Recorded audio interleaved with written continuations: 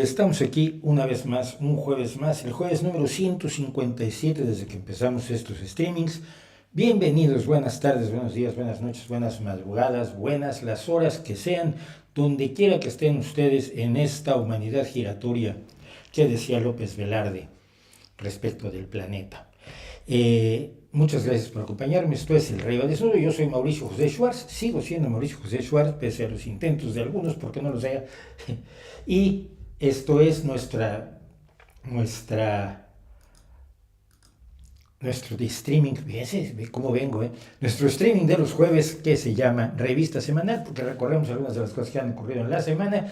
Y esta semana pasada muchísimas cosas, como ustedes verán, pusimos al frente nuestra lámina de los Beatles, porque hoy es un día histórico desde el punto de vista de la música, y me da mucha risa que sea histórico desde el punto de vista de la música, porque hace un montón de años, cuando yo era pequeñito y descubrí a los Beatles, todos los mayores los detestaban, los recontraodiaban, eran los greñudos de los tamborazos.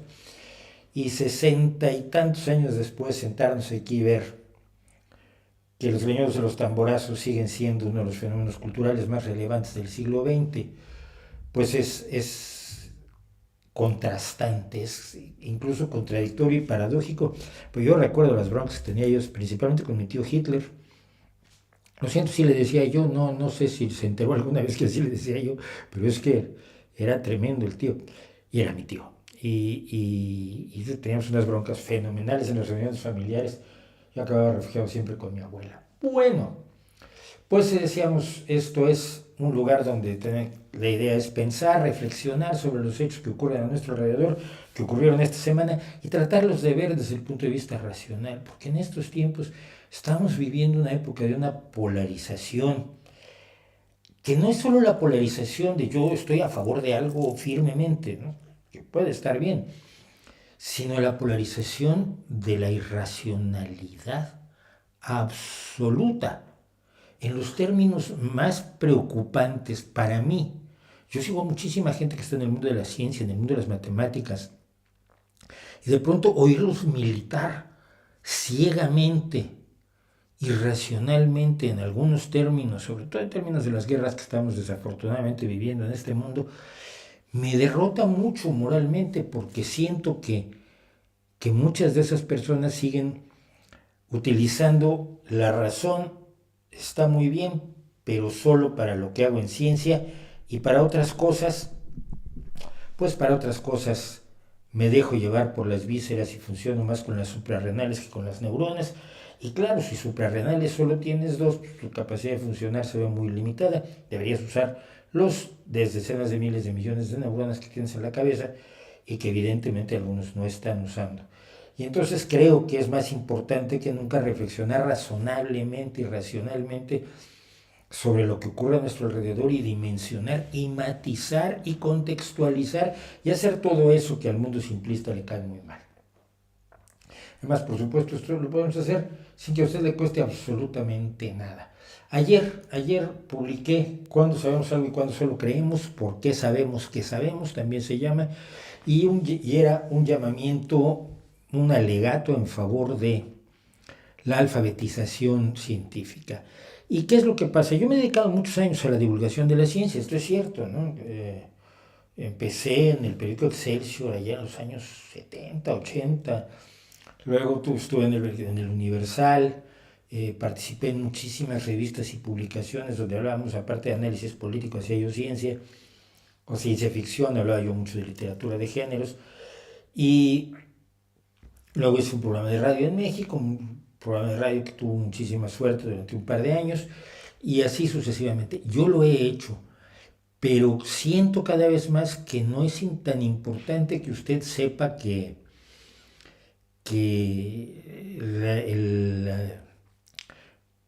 no sé, que la vacuna contra la polio la hizo Jonas Salk, sino por qué la vacuna funciona, y por qué la vacuna es un hecho real, y por qué no es cierto lo que se dice contra las vacunas, y por qué toda la conceptualización que ofrecen los enemigos de la ciencia y del pensamiento, de la inteligencia, es cerrada.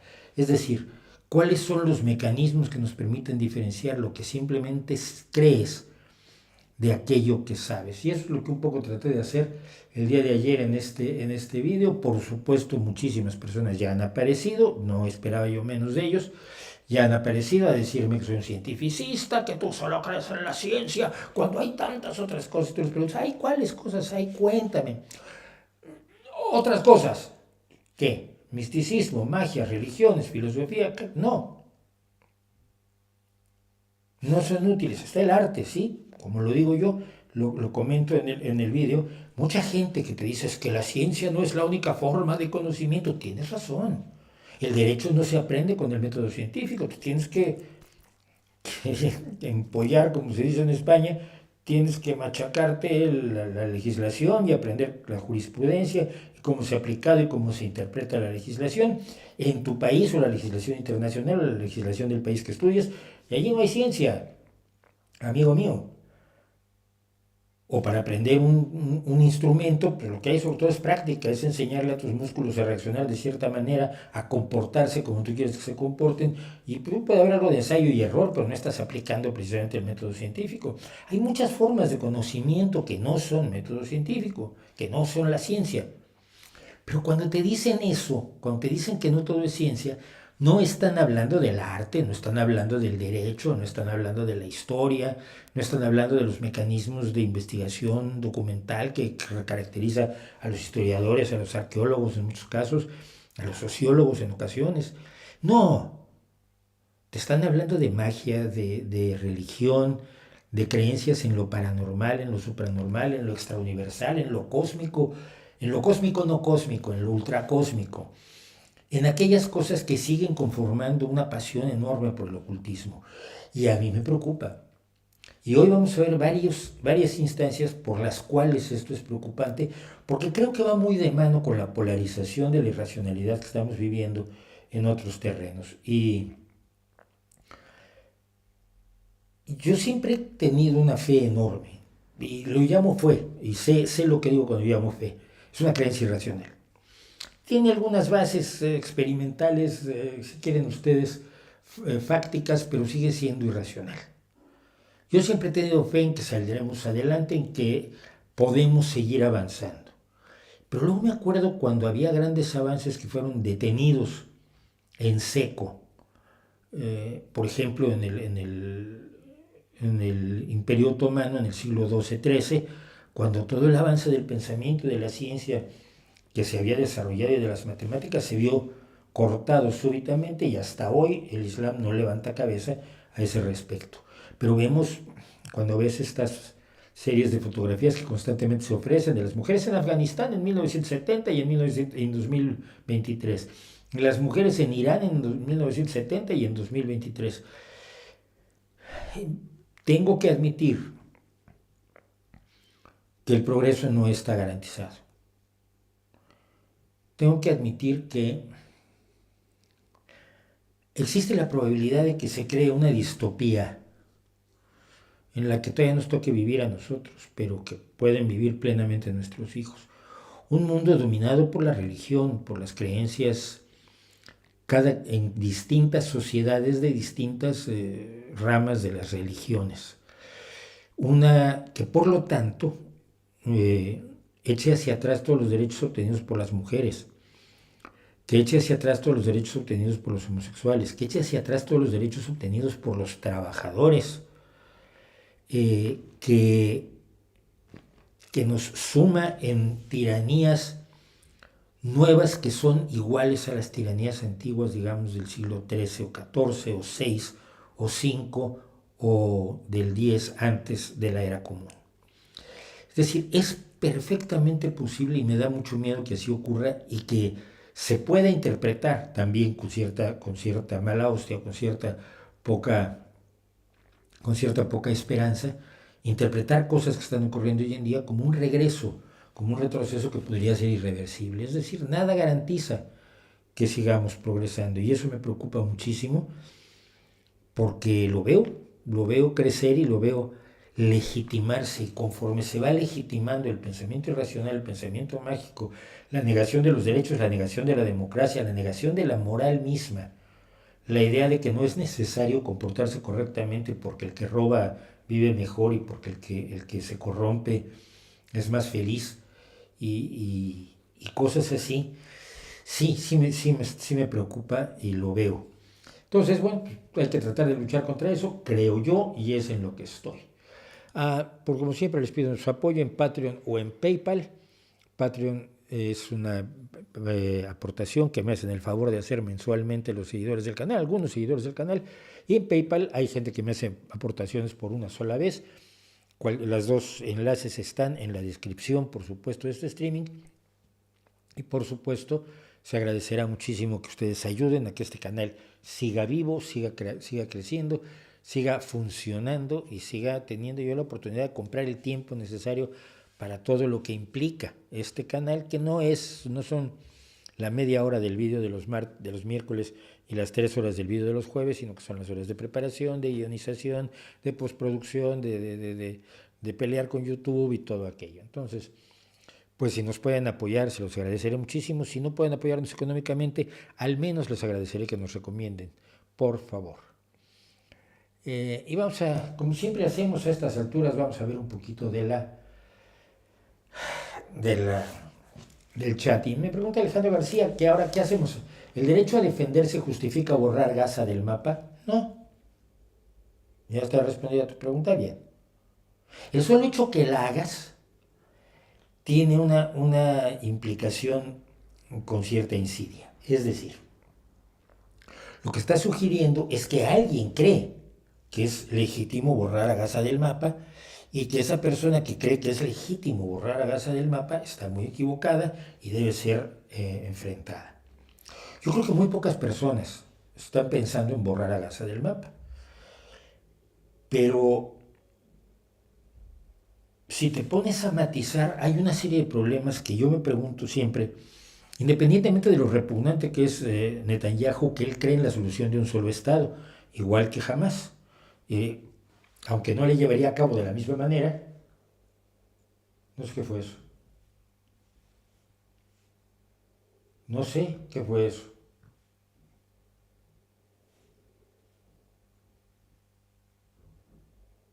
No tengo la más remota idea de qué fue eso. Porque no he tocado nada aquí. No he tocado absolutamente nada aquí. Bueno, Netanyahu cree en la solución de un solo Estado, es decir, que todo lo que hoy es los territorios palestinos sean parte de Israel y que los palestinos se integren como ciudadanos en Israel. Esa es una visión. La otra visión es la visión de Hamás, que es tirar a los israelíes al mar o mandarlos que se vayan a vivir a donde sea. Hay 12 millones de personas, a algún lugar se podrán ir. Ya sabes tú que cuando hay 5.000 inmigrantes, algunos se ponen como la loca, entonces me imagino que con 12 millones habrá problemas bastante más graves, pero no importa. Echas a los israelíes y todo lo que hoy es Israel y los territorios palestinos, los territorios donde viven y tienen su autoridad, algún nivel de autodeterminación los palestinos, pues serían un solo califato islámico regido por la Sharia. Ninguna de las dos soluciones de un Estado es atractiva. La solución es la solución de dos Estados. Pero independientemente pues de ese horror de Netanyahu, porque se cambia de gobernantes al paso del tiempo, mi pregunta es esta. Jamás entra, invade Israel, asesina a 1.400 personas, muy poquitos de ellos gente de la policía o del ejército, fundamentalmente civiles.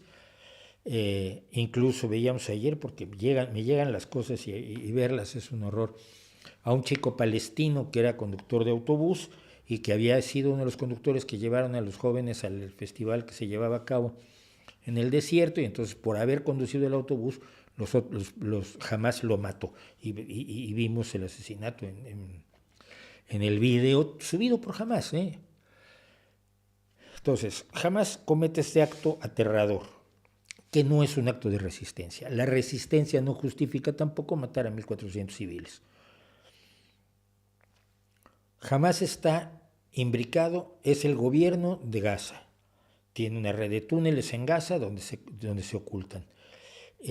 Se mimetizan con la población. tú como primer ministro de Israel, ¿qué haces? Si no atacas, tu propia gente te va a decir, puedes decir cómo me vas a defender a mí si acaban de matar a 1,400 personas brutalmente. ¿Cómo lo haces? Yo hay una cosa que recuerdo y que siempre me pareció aterradora, pero por otro lado también hay que contextualizar. En 1982, un grupo de terroristas palestinos tomaron la Villa Olímpica en Múnich, mientras estaban llevando a cabo los Juegos Olímpicos, y tomaron como rehenes a la delegación israelí, o a varios integrantes de la delegación israelí, de los cuales mataron a varios. Eran un comando de varias personas, no me acuerdo si eran 8, 10 o 12, el comando de terroristas palestinos que secuestró y asesinó a varios atletas israelíes. A lo largo de los siguientes años, muchos años, el gobierno, la inteligencia y el ejército israelíes fueron identificando a cada uno de los terroristas palestinos que habían participado y los fue asesinando donde quiera que estuvieran en el mundo. A ver, andar asesinando gente, enemigos tuyos en otros países tampoco es bueno. Putin lo hace y no me parece correcto. Pero fue la solución que tuvo la primera ministra Golda Meir. Seleccionar, encontrar a uno por uno a los asesinos y liquidarlos, como un acto de guerra. Y fue criticadísima por hacerlo, además, debo decirlo. ¿Se puede atacar quirúrgicamente a Hamás sin tocar a la población civil? ¿Se tiene que tocar a la población civil? Quizás se tenga que tocar a la población civil, pero quizás ha habido un exceso absolutamente clarísimo, inaceptable, indefendible. Y Netanyahu está constantemente recurriendo a esto. Oye, cuando se bombardeaban las ciudades alemanas durante la Segunda Guerra Mundial, se mataban civiles, es normal, esto pasa siempre. Sí, cuando Alemania bombardeaba Londres, pues no estaba bombardeando objetivos militares, estaba tratando de destruir Londres y mató a muchísimos civiles. Y así sucesivamente. Netanyahu lo dice como una justificación, pero nosotros estamos matando civiles porque estamos tratando de matar a la gente jamás. No sé si lo están haciendo. Pero independientemente de eso, ¿cuál sería la forma correcta de responder a la invasión de Hamás? Yo no creo que haya una reforma, no creo que haya una forma correcta. Pero trato de entender hasta cierto punto la reacción, la inevitabilidad de la reacción y cómo llego a la conclusión, perdonen ustedes, que jamás sabía exactamente lo que iba a pasar. Cometiendo este ataque iba a provocar una reacción de Netanyahu, porque Netanyahu es así. Y esa reacción de Netanyahu les iba a traer un apoyo internacional que no habían tenido nunca. Y un apoyo internacional ciego. Veía yo un video en el que alguien se acercaba con chicos de las universidades estadounidenses. Oye, ¿firmarías aquí en apoyo de Hamás para liberar a Palestina? Sí, cómo no. Y dice, bueno, pero déjate que te explique. Primero, lo que estás firmando tú es el apoyo a que 12 millones de israelíes sean aniquilados, echados al mar, sacados de sus casas. No, espera, ya no estoy. Y que se instale un país donde a las mujeres no se les permita ir a la escuela, donde tengan que llevar el velo, donde no puedan salir a la calle sin permiso de sus maridos y donde a los homosexuales se les ejecute. Entonces los chavales estadounidenses decían, uy, no, espera, yo no firmo eso. Sí, ya ves que eso es jamás. Eso no es la liberación de Palestina, es jamás. Creo que jamás sabía exactamente lo que hacía y creo que ha triunfado en este caso y me parece aterrador que unos terroristas triunfen así, porque todo el apoyo que está recibiendo la causa palestina es apoyo más a Hamás que a la causa palestina, que es absolutamente legítima y que debe ser defendida, así como debe condenarse y denunciarse los bombardeos indiscriminados de Israel sobre objetivos. Es que había 2 de Hamás, sí, pero mataste a 700 personas por alcanzar a 2 de Hamás, o ya no podrías hacer esto más quirúrgicamente, que las herramientas actuales de la guerra y de la inteligencia nos permiten hacerlo. Sabemos que se puede hacer. Entonces, todas esas complicaciones salen de pronto de la cabeza de la gente, se va a simplezas como esta. ¿El derecho a defenderse justifica borrar Gaza del mapa? Por supuesto que no. Jamás está martirizando a su gente, y lo decía uno que yo retuiteé el otro día. Decía él, lo que hacemos está plenamente justificado y nadie puede decir que no. Atacar a esos civiles era perfectamente justificado y nadie nos puede acusar por ello, y nosotros somos mártires y vamos a martirizarnos todos. Oye, espera, tú estás diciendo como jamás que te vas a martirizar, pero estás martirizando a millones de palestinos que no son jamás. Pero jamás sabe perfectamente lo que está haciendo al martirizarlos, al impedirles que evacúen, por ejemplo, al usarlos como escudos humanos y finalmente al decirles: no tienes por qué dejar tu casa porque Israel lo diga. Oye, tienes toda la razón del mundo, pero es que te van a bombardear.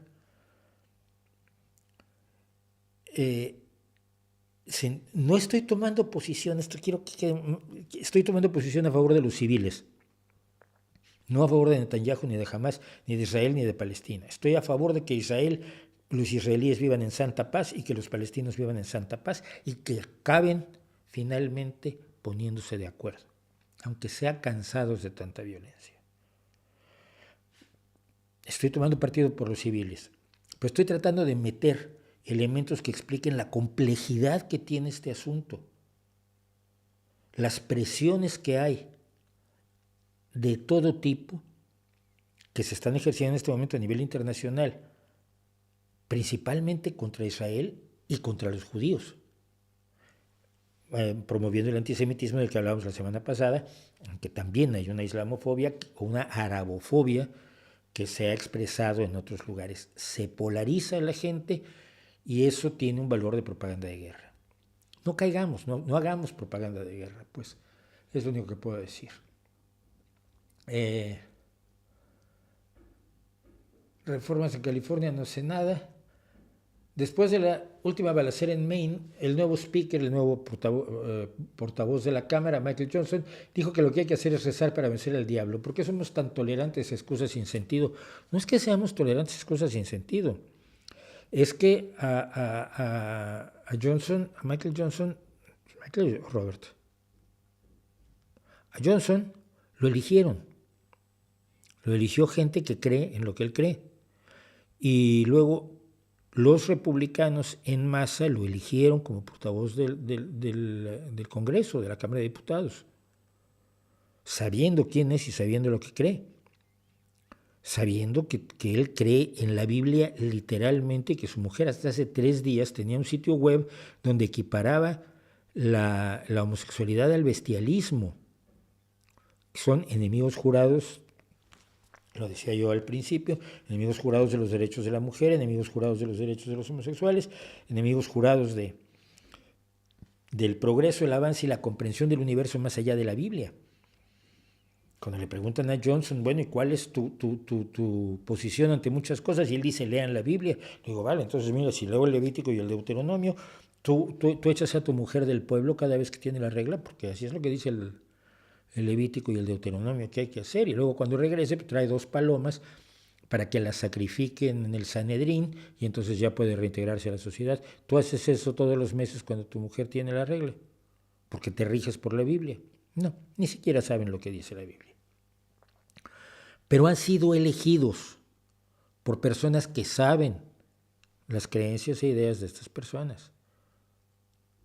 No es que nosotros, los que no creemos en esto, seamos tolerantes, es que los que sí creen en esto se están radicalizando, se están polarizando y están asumiendo que personas como Marjorie Taylor Greene o como Lauren Boebert o como Ron DeSantis o como los más delirantes congresistas y senadores republicanos los estén representando. Ron DeSantis es el gobernador de Florida. Y es gente que está con Trump. Y no alcanza uno a imaginarse cómo es posible que la gente esté a favor de un hombre que traicionó a su país, que trató de destruir el sistema democrático y electoral de su país, que se robó documentos secretos, los tenía en un baño allí.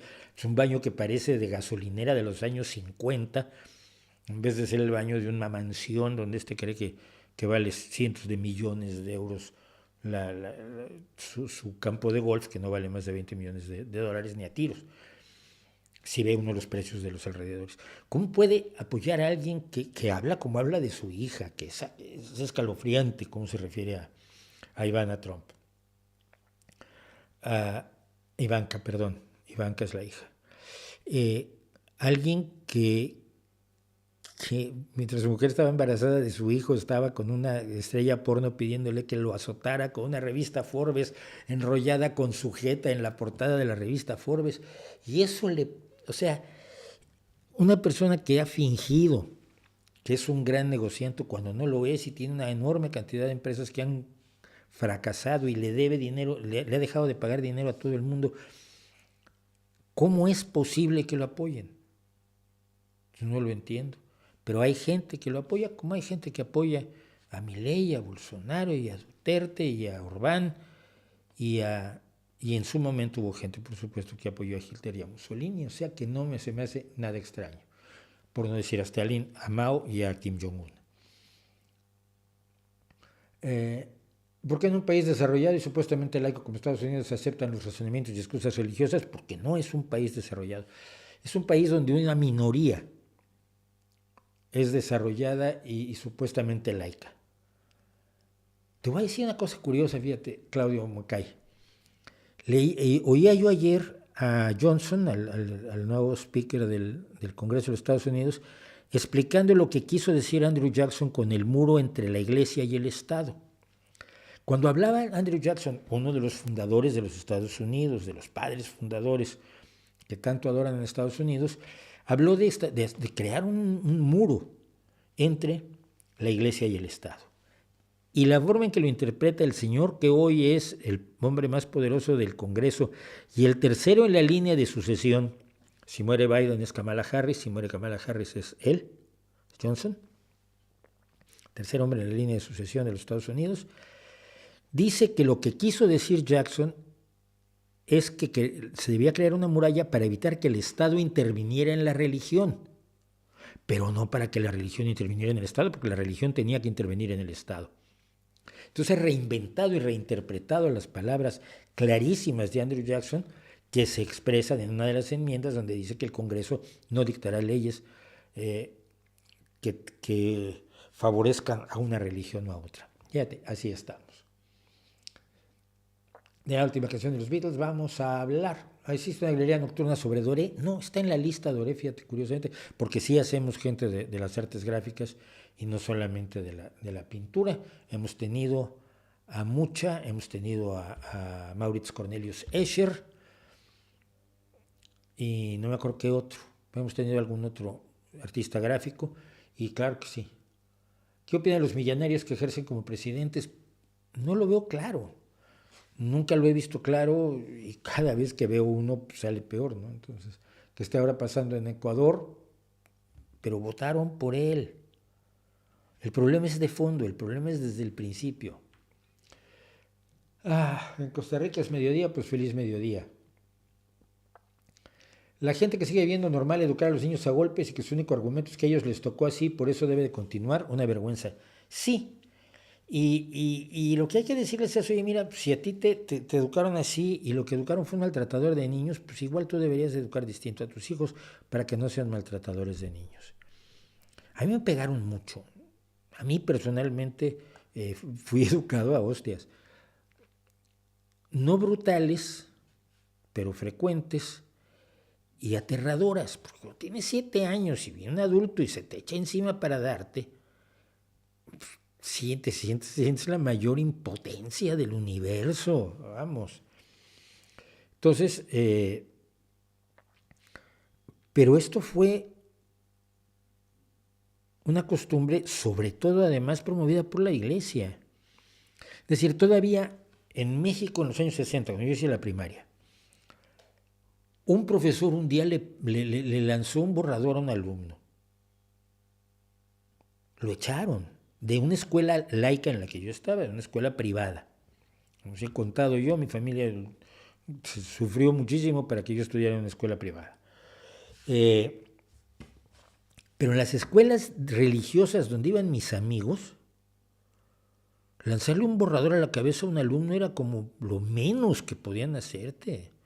O sea, te podían golpear de verdad. Te podían castigar con una regla y pegarte en los nudillos y en el trasero. Y si te ponías muy guapetón, un bofetón, dabas un par de vueltas y se te quitaba. Crecía, eso sí, un rencor y un resentimiento enorme, pero era legítimo golpear a los niños en las escuelas religiosas, que se supone que no debían existir en México, pero existían en los años 60 apenas, en los años 70. Entonces, creo que es una de las formas de educar, de las necesidades de educación de la gente, decirle, no les pegues a los niños, pero por una razón fundamental, porque no logras lo que quieres, logras la obediencia, pero no el convencimiento.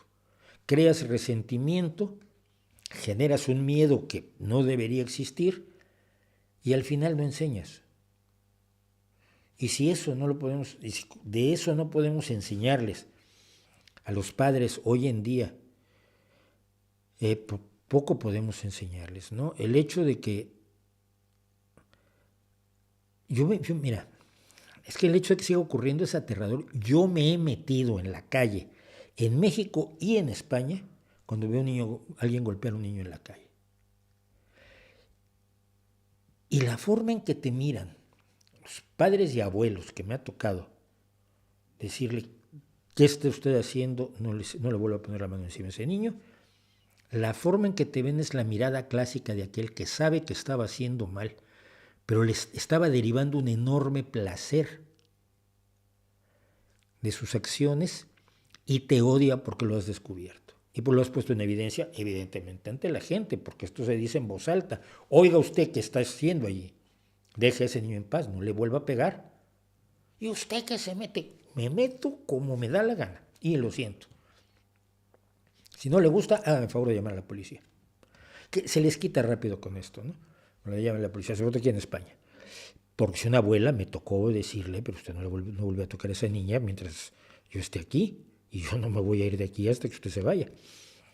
Y luego desafortunadamente pasa lo que pasaba en el Quijote, que claro, cuando se retira aquel que paró la golpiza se reanuda con odio. Y es lo que luego también ocurre, ¿no? Entonces,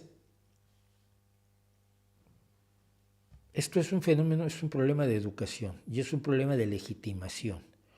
Cada vez más las leyes dejan de legitimar en distintos países el uso de la violencia contra los niños como pretexto pedagógico. Porque sobre todo esto, generalmente el padre que golpea está furioso con el niño o con algo a su alrededor. No lo hace, aunque luego lo justifique así, no le da el golpe por el bien del niño para que se eduque y se informe. Le da el golpe para desahogar su furia, para desahogar su molestia, para desahogar su ira. Y entonces, claro, si tú le dices a un niño le puedes dar un manazo y decirle, oye, no toques eso. Pero cuando lo golpeas con odio, no te mides. No te mides. Entonces no es el toquecito terapéutico, el de no toques ahí, te vas a quemar. Es una expresión de furia que estalla contra el más débil. Y si no nos educamos a no estallar contra el más débil, ¿cómo tenemos la cara de enfrentarnos a las barbaridades de las guerras que estamos viviendo? Bueno, pues siguiendo. Dice a Eduardo Irigoyen, le gustó mucho el corto con la preparación de Now and Then cuando escuchó pues la voz límpida y cristalina de John Lennon. Vamos a eso, ya que estamos tan insistentes con ello. Miren ustedes. Now and Then de The Beatles. Decía yo que hoy es un día histórico, y es un día histórico para la música, porque se ha publicado hace unas 5 o 6 horas la última canción de los Beatles. Ahora sí, la última canción de los Beatles. 61 años y casi un mes después de que se publicó la primera. La primera fue Love Me Do, el 5 de octubre de 1962, que llegó al lugar 17 en las listas de de más vendidos, tampoco era la locura. Del otro lado traía PS I Love You como lado B. Eran los sencillos de 45 revoluciones por minuto que comprábamos en aquellos años. Tenían un lado A, que era el sencillo que estaba promoviendo el álbum que se iba a lanzar, y luego el lado B, que resultaba que se supone que era menos bueno. En muchas ocasiones el lado B era mejor que el lado A. Se lanzó en 1964 en Estados Unidos y ahí sí llegó al lugar número 1, y ahí fue donde ya había estallado la bitlemanía en todo el planeta. 1962. Bueno, los Beatles se separan en 1970, aunque para todo efecto estaban separados desde antes, pero formalmente la disolución del contrato que vinculaba a los 4 integrantes con el grupo se expide, si mal no recuerdo, en enero de 1970. A partir de ese momento, quienes disfrutamos la música de los Beatles, quienes consideramos que la música de los Beatles es mucho más que simplemente música, sino que es verdaderamente un fenómeno cultural revolucionario que cambió las cosas radicalmente en 8 años, en solo 8 años. Una carrera impresionante que duró solo 8 años. Quisimos volverlos a ver juntos. Quisimos volverlos a ver juntos porque mira, si tú hoy quieres ver a una banda, la puedes ver. Aunque sea con un sonido a veces mejor, a veces peor, pero en YouTube puedes ver a cualquier banda interpretar sus canciones en un concierto. Ya no te digo los vídeos, que los Beatles fueron, por cierto, pioneros de los vídeos musicales, entre otras muchas cosas en las que fueron pioneros. Pero las poquísimas filmaciones que hay de los conciertos de los Beatles son malas como un dolor y muy escasas, y terminan en 1966. Es decir, los Beatles andan de gira 4 años. Y en 1966, después, si mal no recuerdo, del Candlestick, de la presentación que hicieron, del concierto que dieron en el estadio Candlestick en California, dijeron, yo ya no quiero salir a la carretera. Esto es la locura. Y básicamente acordaron convertirse en una banda de estudio, una banda que grababa. Pero en 1966 apenas empezaban el verdadero salto musical que representa Robert Soul, Revolver, Sgt. Pepper's Lonely Hearts Club Band y los 3 últimos discos, el Blanco, Abbey Road y Let It Be. A los Beatles que cantan, que tocan sus canciones más importantes, las que revolucionan la música, la producción musical, la aproximación letrística, la aproximación instrumental del rock, la duración de las canciones, incluso, nunca los pudimos ver más que primero en el documental Get Back y luego en el documental Let It Be, o era al revés, de Peter Jackson. Nada más. No podías verlos. Entonces todo el mundo soñó siempre con volver a ver unidos a los Beatles. Esto se habló en muchas ocasiones, pero a quien le interesaba reunir a los Beatles lo hacía por dinero. Les ofrecía dinero. John Lennon y Paul McCartney se les reían en la cara. A ver. Paul McCartney quería seguir en la carretera y en cuanto los Beatles se disolvieron, formó su grupo Wings y se dedicó a estar en la carretera donde está hasta hoy.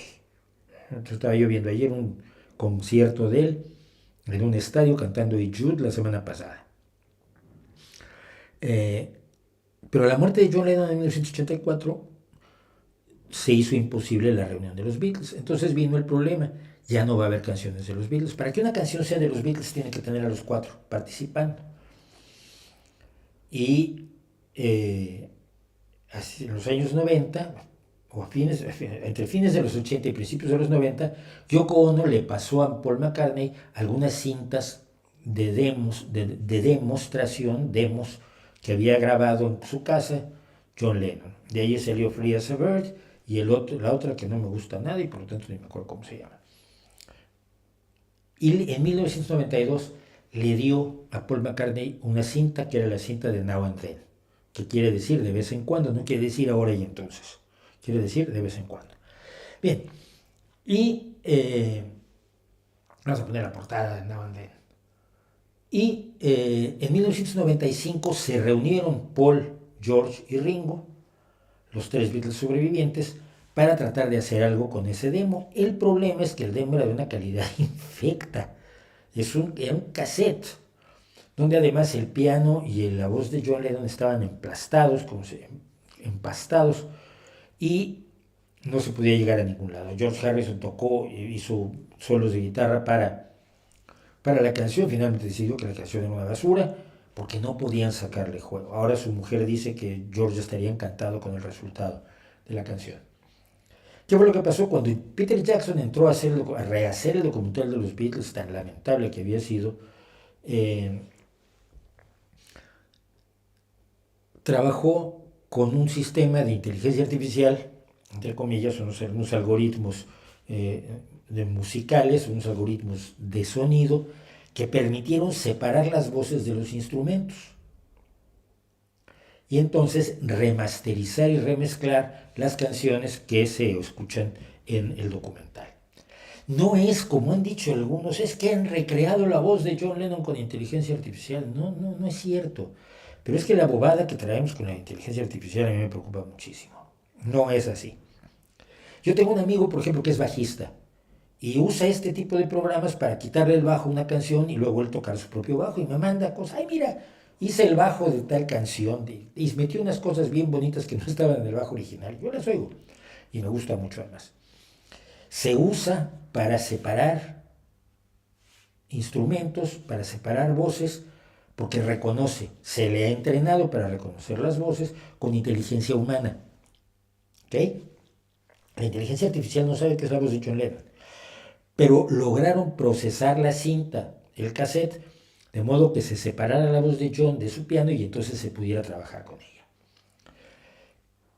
Esto ocurrió en 2022 con el software que había desarrollado la gente de Peter Jackson para el documental. Y entonces se abrió la posibilidad de realmente producir una buena canción, que es esta, Now and Then. Se utilizaron las grabaciones de George Harrison de 1995 para integrarlas a la mezcla. Se utilizaron coros de los 4 en otras canciones para integrarlos a la mezcla. El hijo de George Martin, el verdadero quinto Beatle, el productor de los Beatles, el hombre responsable de hacer realidad los sueños musicales de estos chavales que no sabían leer el do por lo redondo y no saben leer música. Hoy Paul McCartney le enseñas una partitura y es como si estuviera escrito en arameo antiguo. Y George Martin tomaba sus ideas y las convertía en realidades musicales, porque un hombre evidentemente había estudiado composición en el conservatorio, sabía teoría musical, sabía todo lo que no sabían los Beatles, porque los Beatles solo tenían la imaginación. Y el hijo de George Martin, Giles Martin, hizo un arreglo de cuerdas como los que solía hacer su padre para los Beatles, para esta canción.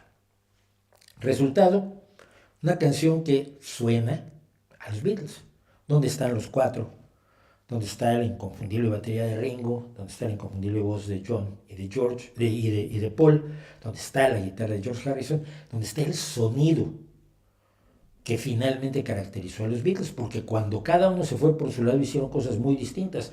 Ni la Plastic Ono Band sonaba a los Beatles, ni Wings sonaba a los Beatles, Plastic Ono Band de John Lennon, ni Wings de Paul McCartney sonaba a los Beatles, ni las cosas que hizo George Harrison por su cuenta suenan a los Beatles. Traveling Wilburys, que es lo más importante probablemente que hizo George Harrison después de los Beatles, porque no suena a los Beatles, suena a Traveling Wilburys. Y la Ringo All Star Band, pues suena a la All Star Band de Ringo. Pero esto suena a los Beatles. Y termino diciendo que me gustó muchísimo, la oí en cuanto salió, obviamente. La gente sabe, soy un poco fan de Juan Pablo, Jorge y Ricardo el Anillitos. Suena horrible. Y la canción dice: sé que es verdad, todo es debido a ti, y si salgo adelante es por ti. Y de cuando en cuando, o de vez en cuando, si debemos comenzar de nuevo, sabremos con certeza que te amaré. De vez en cuando te echo de menos, de vez en cuando quiero que estés allí para mí, siempre vuelve a mí. Sé que es verdad, es todo debido a ti, pero si te vas, sé que nunca te quedarás. Esta es mi traducción al vuelo del Now and Then de los Beatles, hoy 2 de noviembre. Salió finalmente La última canción de los Beatles, 61 años y un mes, casi un mes después de que saliera la primera canción de una banda que cambió el mundo. Y todo el que le diga a usted que los Beatles están sobrevalorados es alguien que no sabe de historia de la música. Y se lo digo abiertamente. Los mejores bateristas del mundo tienen una deuda con Ringo. Todas las bandas tienen una deuda con los Beatles. Y son irreemplazables y son, curiosamente, también todavía hoy los más recordados. Y cuando yo veo en YouTube a bandas muy jóvenes que están haciendo sus propias canciones, pero que hacen covers de los Beatles, estoy convencido de que el legado musical de los Beatles será como el de Beethoven o el de Bach o el de Mozart, una verdadera herencia para las generaciones. ¿Qué profesiones consideras que serán más reemplazadas por la inteligencia artificial a corto y mediano plazo? Ninguna. El cuento de la inteligencia artificial es el cuento de la lechera. Es el cuento de que los ordenadores, computadores o como les llamen en tu pueblo, nos iban a quitar el trabajo a todos. Pero a todos. Uf. No tienes una idea. Cuando salieron los primeros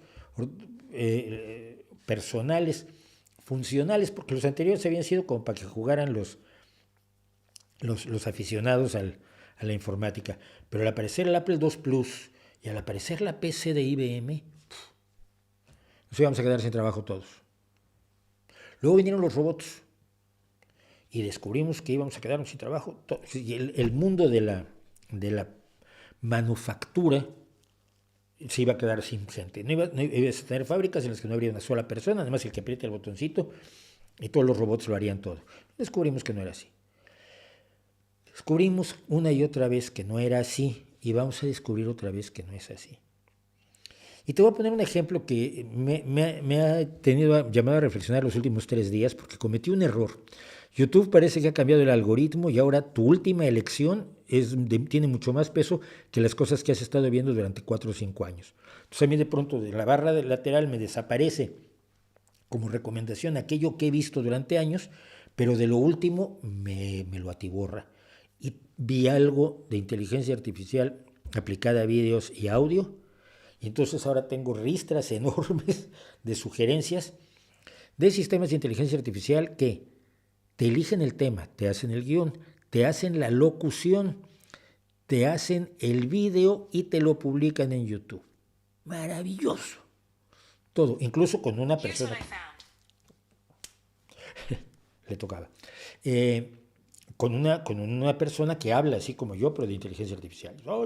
Echa el rollo, lee el guión que tú produjiste con una voz que tú elegiste y ilustra el vídeo y lo edita y le pone una música que también se genera por inteligencia artificial y lo pone en YouTube. Y ganas de ver uno, quizás uno.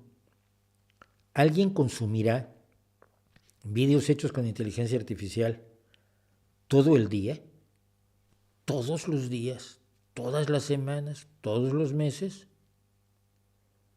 Yo lo dudo mucho. A lo mejor son perfectos, pero el ser humano está enamorado también de la imperfección. Es lo que siempre he dicho respecto al autotune, ¿no? Que yo prefiero la imperfección, o el click track.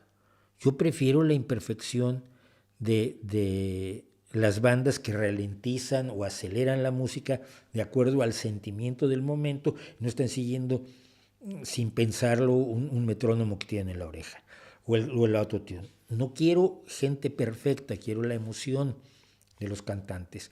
¿Cuántas horas puedes ver de vídeos hechos por inteligencia artificial? No creo que muchas. Creo que es el juguete de moda. Creo que tiene una enorme aplicación en muchísimas cosas, pero es una herramienta. Y el miedo a que las herramientas se apoderen de nuestra vida es nada más y nada menos que el miedo a lo novedoso, el conservadurismo absoluto. Yo conozco gente que lleva años, es que la inteligencia artificial va a acabar con nosotros. No, hombre, no. Y conforme más lo veo, yo juego con ChatGPT Yo juego con DALL-E 3, estoy tratando de DALL-E 4 hay que pagar.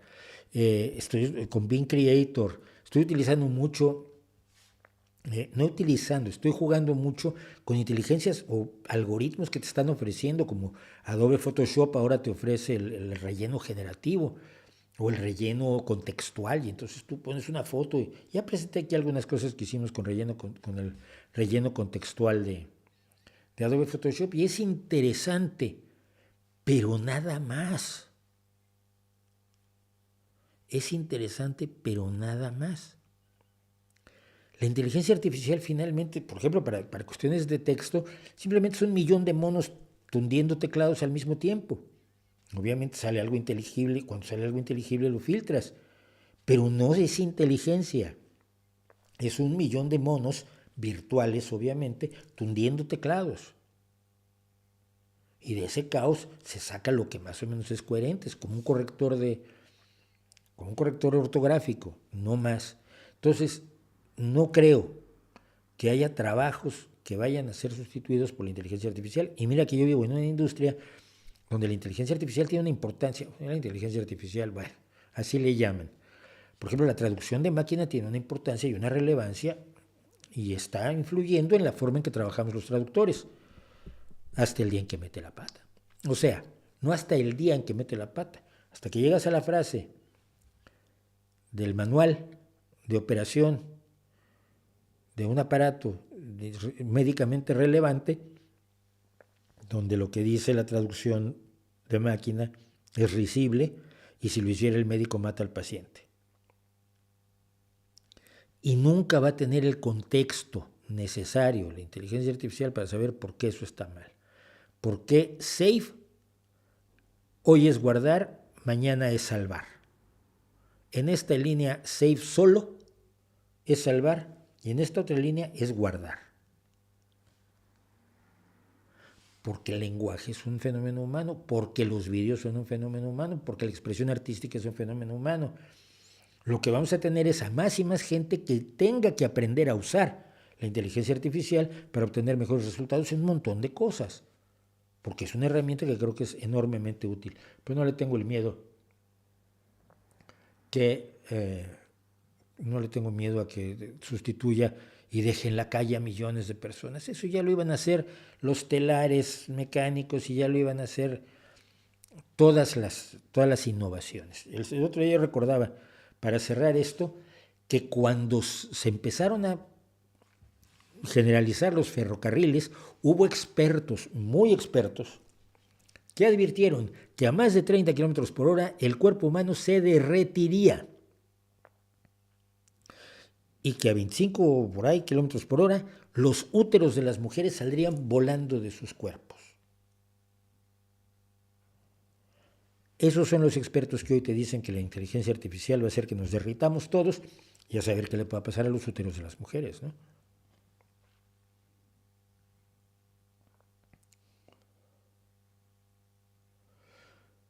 Facundo Rendo, una cultura donde se oprime a la mujer no es lo mismo que una donde hay igualdad de género. ¿Considera que hay culturas mejores que otras? Sí, claro. Una cultura antiesclavista es una cultura mejor que una cultura esclavista. Una cultura antirracista es mejor que una cultura racista. Una cultura donde los trabajadores tienen derechos es mejor que una cultura donde los trabajadores no tienen derechos. Una cultura donde puedes estudiar lo que quieras y expresar tus ideas libremente es una cultura mejor que aquella en la que no puedes estudiar lo que quieres y no puedes expresar tus ideas libremente. Una cultura con libertad de credo o de no credo es una cultura mejor que una cultura donde te obligan a creer en algo. Pero es que esto es evidente. Una cultura donde la gente es más feliz es mejor que una cultura donde la gente es menos feliz. Una cultura más libre es mejor que una cultura menos libre. Y una cultura donde la gente puede vivir una vida más digna es mejor que una cultura en la que tiene que vivir una vida más indigna.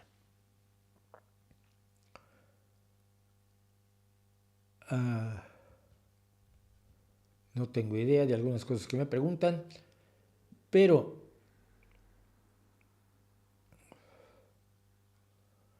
ya que estamos en el día de hoy, como estamos en el día de hoy, vamos a hablar del Día de Muertos. Por el Día de Muertos, a ver, perdón por esto, pero me picó un bicho en la espalda. Halloween y el Día de Muertos son dos espacios de la guerra cultural que a mí me tienen absolutamente desesperado hace mucho tiempo. Hace mucho tiempo he expresado mi odio feroz al Halloween y al Día de Muertos. Y fíjense que yo era de los que ponían, porque me parecía una tradición bonita, siendo yo no religioso, pero ponía ofrendas. Y cada año decía que voy a poner una ofrenda a un poeta, a un escritor, o a un pintor que me gusta, o a gente de mi familia, tal y cual. En la guerra cultural no me voy a meter. Ya se oyeron hoy ustedes seguramente 700 explicaciones sobre el Samaín celta. Seguramente ya se oyeron otras 80 explicaciones sobre cómo las creencias de los aztecas en el Mictlantecutli y, perdón, en el Mictlán y el dios Mictlantecutli y en los 5 días negros, los 5 días asiagos que quedaban al fin del año, cuando los 20 meses de 30 días, no me acuerdo cómo era, pero el chiste es que el calendario azteca te daba 300, el calendario náhuatl te daba 360 días, y los 5 días, los Nemontemi, eran días negros. Y esos eran los que luego se identificaron con, los, con el Día de Muertos. Sí, cómo no. Y todo el mundo quiere negar el Halloween o aceptarlo, pero como si fuera de él. Y todo el mundo quiere el Día de Muertos sea de una cultura anterior a la cultura que lo impuso, que es la cristiana. ¿Cómo es la cultura que impuso el Halloween? Porque el Halloween fue adoptado por los cristianos, de acuerdo a lo que dijo el Papa Gregorio I, que es el que inventó todo el asalto a las culturas que hizo el cristianismo. El Papa Gregorio, que fue en la cabeza de la iglesia del 590 al 604, habló con un misionero que iba a Inglaterra y le dijo que en vez de tratar de arrancarle a la gente sus costumbres religiosas, lo que debía hacer era convertirlas a objetivos religiosos cristianos. Es decir, si había un templo pagano, se le convertía en un templo cristiano. Si había un dios pagano, pues lo convertías en santo. La gran mayor, la gran parte, la mayor parte del santoral se creó a partir de la adopción de héroes y dioses y héroes culturales que fueron tomados de los lugares a donde iba entrando el cristianismo, que en vez de perseguir a las otras religiones, las absorbió. El templo de la Virgen de Guadalupe en México es el templo de la Tonantzin nuestra madrecita, allí se veneraba una diosa que era la madre de todos, y allí pues, se pone a la Santa Madre de Dios, y hay continuidad, hay una imbricación de las creencias religiosas. Bien, llegamos hacia el Día de Muertos. El Día de Muertos es el Día de todos los santos. Aunque ustedes quieran mezclarlo con la religión, las costumbres o las tradiciones de su cultura o de la cultura ancestral del lugar donde nacieron y que creen ustedes que es de ustedes, pero no es de ustedes, porque solo nacieron allí, no la crearon. El punto es que sigue siendo una celebración claramente católica, claramente cristiana, que tiene en especial el Día de Muertos dos características fundamentales que me preocupan, no me preocupan, pero me hacen reflexionar en lo que deberíamos de hacer. La primera es tratar a los muertos como si estuvieran vivos. Es decir, en España, por ejemplo, se van a limpiar las lápidas el día 1 de noviembre. Les ponen flores, son las visitas al Camposanto, al cementerio o al panteón, pero no tienen el carácter festivo, digamos, del Día de Muertos mexicano. Pero es lo mismo, van y limpian la tumba, y yo he oído, ay, es que con esto va a estar tan contento Manolo. Me dice la señora, Manolo murió hace 25 años. Si por alguna causa, que no atino yo a explicarme, Manolo sobreviviera o perviviera en una dimensión, en un plano astral, ¿cree usted que le preocuparían las flores y la limpieza de su lápida? Evidentemente la gente lo hace porque le satisface a ella más que por sus muertos, pero no deja de ser la idea de que el muerto sigue allí, está allá abajo, mirando para arriba. Ay, mira, pues al menos me limpiaron la lápida. ¿Cuánto llevas? Yo llevo 20 años aquí enterrado, pero bueno, no tengo lápida limpia todos los 1 de noviembre. Pues no. Tratamos a los muertos como vivos cuando hacemos ofrendas en México para ponerles lo que les gustaba cuando estaban vivos. Y luego se supone que en la noche del 1 al 2 de noviembre vienen los muertos y saborean la esencia del chocolate y el pollo asado y los cigarrillos y el ron que les dejaste y el dulce de guayaba y lo que fuere. Y luego ya tú te lo puedes manducar.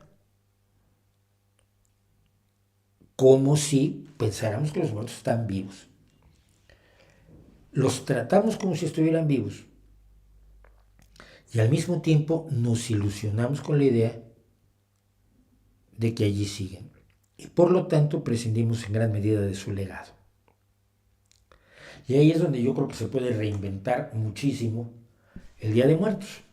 En vez de acordarte de lo que le gustaba al muerto, que está muerto, recordar su legado, recordar sus mejores anécdotas, sus obras si las tiene, pero obras no quiero decir forzosamente sus obras literarias y sus grandes composiciones de que se integran al corpus universal de la música. No. Sus obras como pues, era un peluquero genial que lo quería muchísimo toda la gente, era muy amable y luego le cortaba el pelo a personas que no tenían dinero y les fiaba. Es una gran obra. Y es mejor que recordar que le gustaba el pollo con mole o las gelatinas de fresa. Mantener viva la memoria de alguien no se hace por ese alguien. Se hace por nosotros. Porque nos educa, porque nos enseña algo. Mi abuelo murió 25 años antes que yo naciera. Sin embargo, la presencia de mi abuelo en mi familia es potentísima. Por cómo era mi abuelo. Por lo que hizo mi abuelo.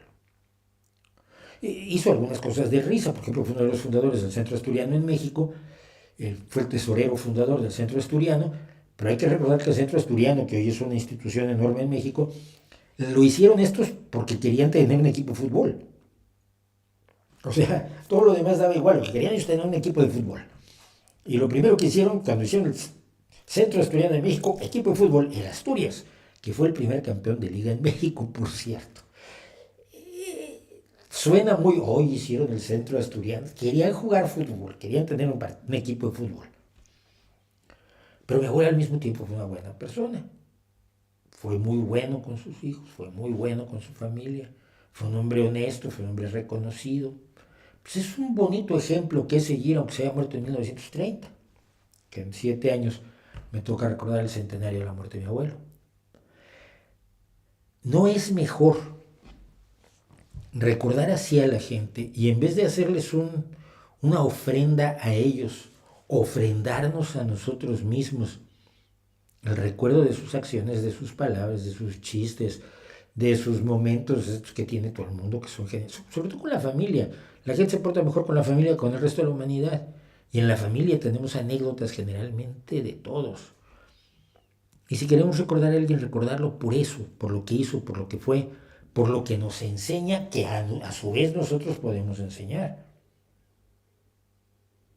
Porque lo hacemos, porque ese es el legado que realmente pasamos, no el gusto por alguna comida, alimento determinado, o la satisfacción de tener una lápida limpia, lavadita. Todos los días 1 de noviembre me lavan la lápida y me ponen flores. Y el resto del año, no, bueno, se va ensuciando la lápida ya para que venga el año que entra a limpiarla.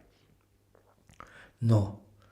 Aún si hubiera una vida después de la vida, que no hay ninguna evidencia que la haya, no puede ser como se la imaginan los rituales de los días de muertos, de los días de todos los santos. Y lo mejor de los muertos es lo que nos dejaron, y creo que eso es lo que deberíamos celebrar en vez de celebrar lo que celebramos. Mira, cuando yo era pequeño, nadie se pintaba la cara de calavera, no había catrinas. Por supuesto, acuérdese usted que la calavera Catrina es la calavera que pinta Diego Rivera en El sueño de un paseante, una tarde dominical en la Alameda, no me acuerdo el nombre exacto, nunca me lo aprendí, y es un mural que más me gusta, pero es la calavera Catrina que pinta allí, es la calavera garbancera de José Guadalupe Posada, que la convierte en la Catrina, y luego pues, no había Catrinas, nadie se pintaba la cara. Las únicas cráneos decorados eran las calaveritas de azúcar, eran los únicos decorados. Tampoco había desfile, porque el desfile se inventó para una película del 007 y México lo adoptó como si fuera una tradición que está bien, ¿no? La adaptamos porque suena bien, pero no porque sea de, uy, hace 200 años hacen el desfile. No había desfile, punto. No había, la gente se disfrazaba para Halloween, pero no para el Día de Muertos. Hay nuevas tradiciones y hay nuevas aproximaciones. Y si se pueden renovar y reinventar las tradiciones y ninguna de las tradiciones, como cree usted, son tan antiguas como se las suelen vender los que venden tradiciones, crear nuevas tradiciones quizás sea mejor idea y sea mejor idea hacerlo como le cuento yo que lo hiciéramos con la gente que vino antes de nosotros, porque somos muchas veces más que resultado del país o de la... Somos resultado del idioma, pero somos sobre todo resultado de la gente que cerca de nosotros nos quiso y nos hizo bien, o nos odió y nos hizo mal. Eso es lo que somos en gran medida. Y recordarlo nunca está por demás. Y recordar a los malvados también, por supuesto, siempre con la consigna de no seas así. ¿Qué me dicen? La legalización de las drogas podría provocar un serio problema de salud pública o el aumento de otros delitos diferentes al narcotráfico al dedicarse al crimen organizado a otras actividades. Un serio problema de salud pública no, al contrario, resuelve los problemas de salud pública y permite además que tengas recursos para ayudar a las personas que desean salir de las adicciones a las drogas con los impuestos que impongas a la venta legítima de las drogas.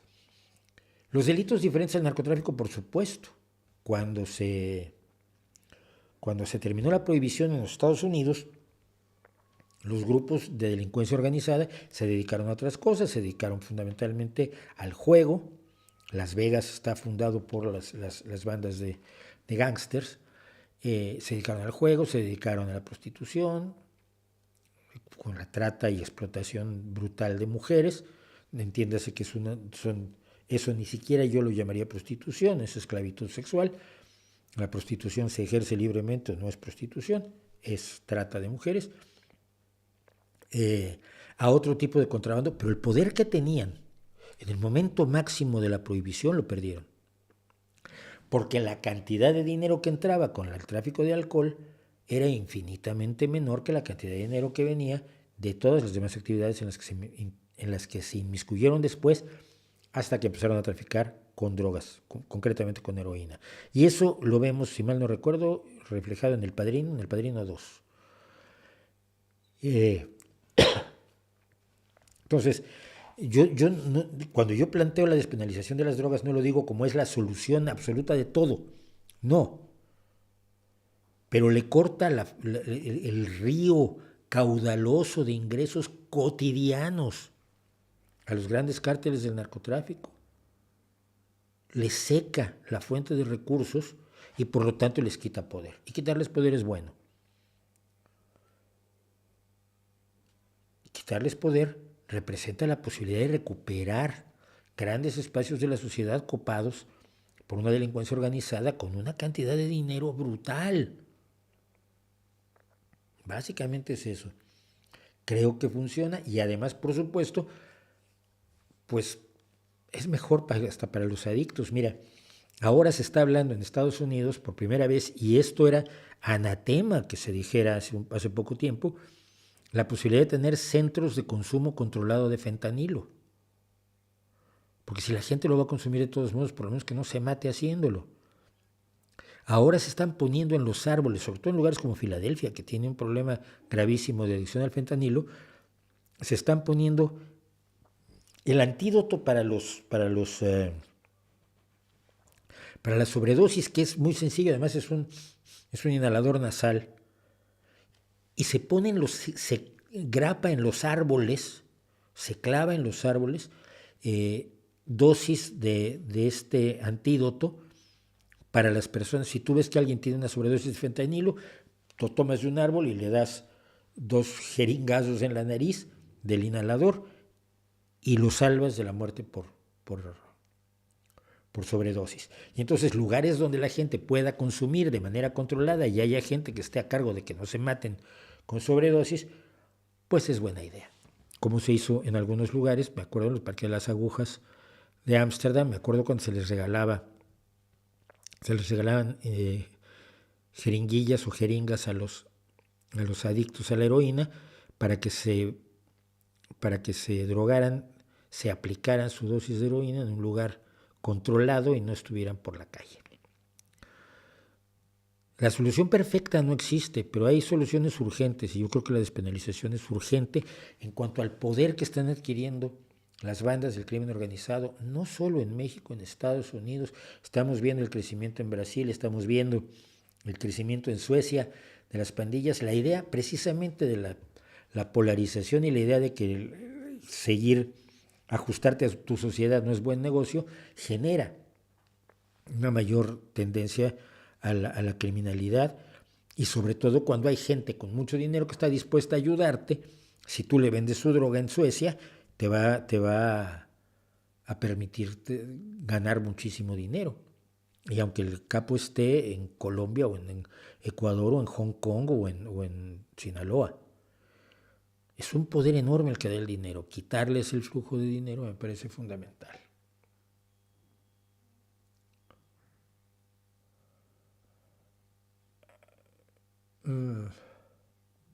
Se oye con eco. Sí, tenía yo otro micro encendido, ya lo quité.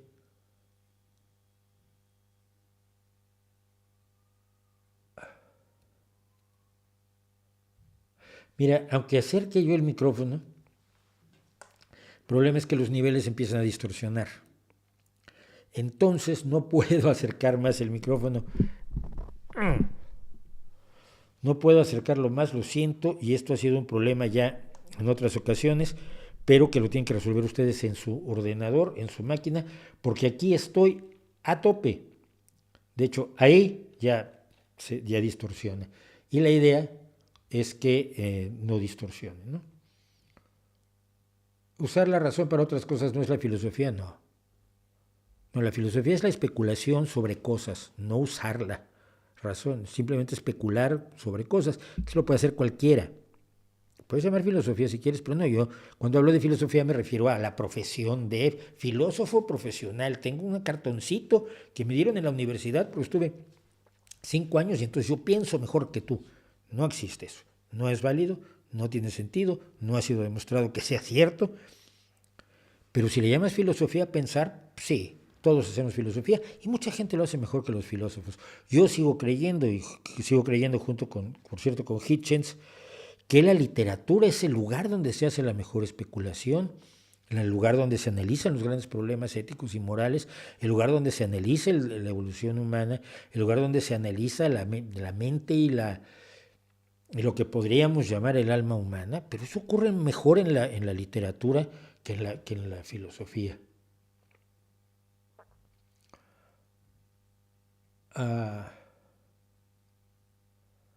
¿Qué me dicen?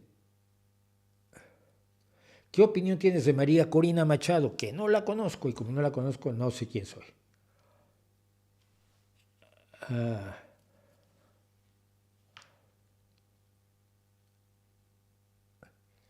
Ya apagué el otro micrófono, ¿verdad? O sea, díganme que sí.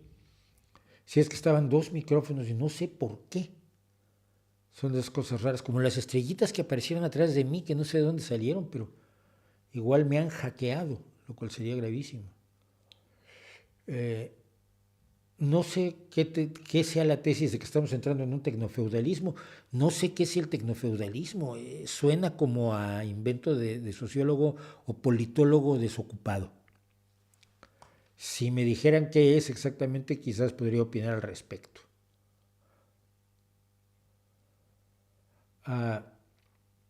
De Ucrania se está olvidando el mundo.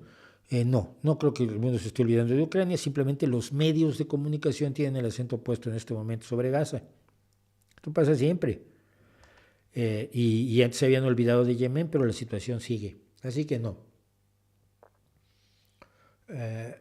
No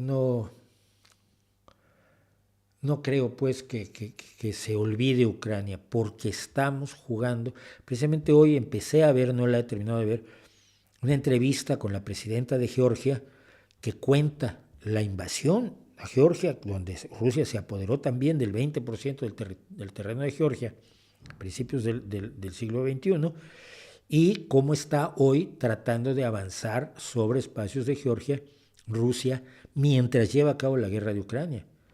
Precisamente por eso, cuando empezó la guerra de Ucrania, Georgia pidió entrar en la Unión Europea. Entonces, el que los medios de comunicación se olviden o hagan menos el caso de Ucrania, no quiere decir que el mundo se olvide porque para Europa ambos conflictos, el de Gaza y el de Ucrania, son fundamentales.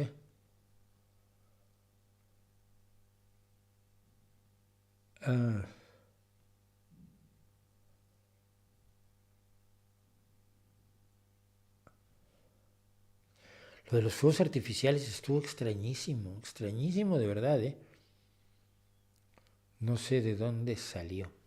Bueno, vamos a seguir con ustedes un segundo. Nada más no traigo muchas cosas preparadas, pero sí hay algo que podemos hacer, porque si ustedes ven aquí tengo un agujero que no está ocupado, que antes estaba ocupado por otra cosa, pero es que me regalaron arenas movedizas. Entonces vamos a abrirlo, porque no lo he visto. O sea, me dijeron que era y vi la foto, pero estamos haciendo el unboxing oficial ahora mismo de mis panorama de arena. ¡Tadán! Es un jueguito así de... bonito.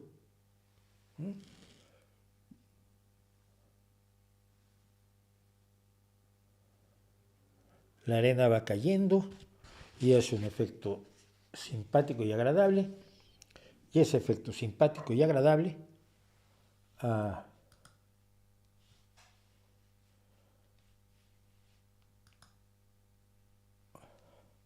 pues lo vamos a poner aquí. Eso sí, yo sabía más o menos el tamaño que tenía y que lo podíamos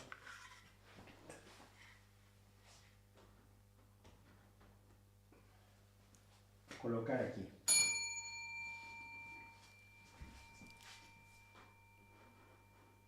Ahí para que no refleje. Ahí para que no refleje, perdón. Y entonces pues, es nuestro nuevo juguetito aquí en la decoración, absolutamente abigarrada y enloquecida que tengo, que no sé qué hacer con ella. Si alguien es experto en decoración o experta en decoración, pues los fuegos artificiales son las nuevas reacciones de las Mac, se pueden desactivar. ¡Ole!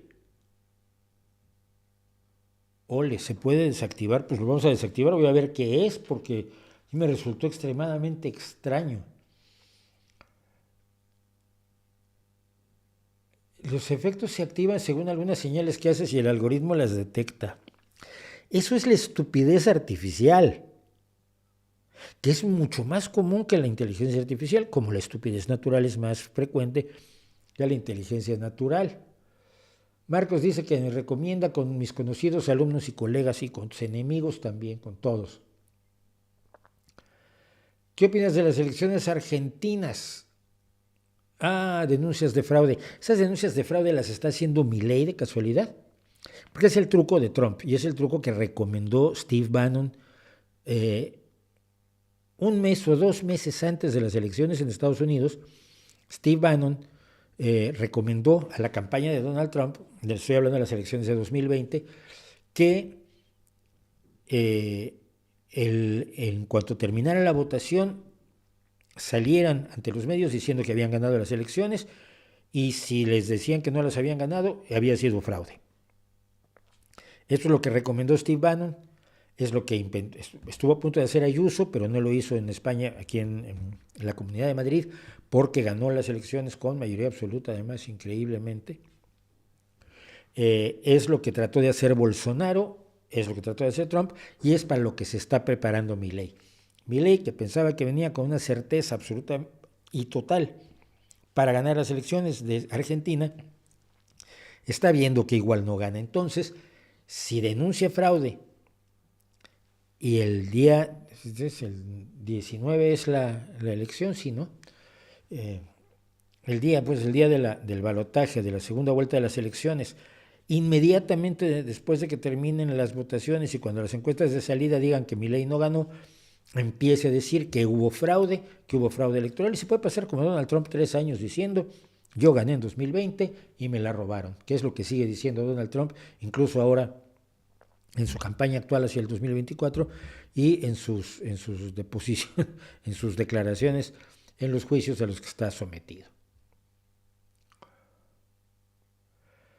El software que usan de origen venezolano, ahí está, sí es perfectamente, sí, es Milei, porque la afirmación, cuidado con esto, la afirmación de que el software, no el software, las máquinas de votación que se usaron en las elecciones de los Estados Unidos estaba hecho en Venezuela y lo había mandado a hacer Hugo Chávez y todo esto, la que lo dijo fue Sidney Powell, una abogada enloquecida que se acaba de declarar culpable del intento de violentar las elecciones en los Estados Unidos.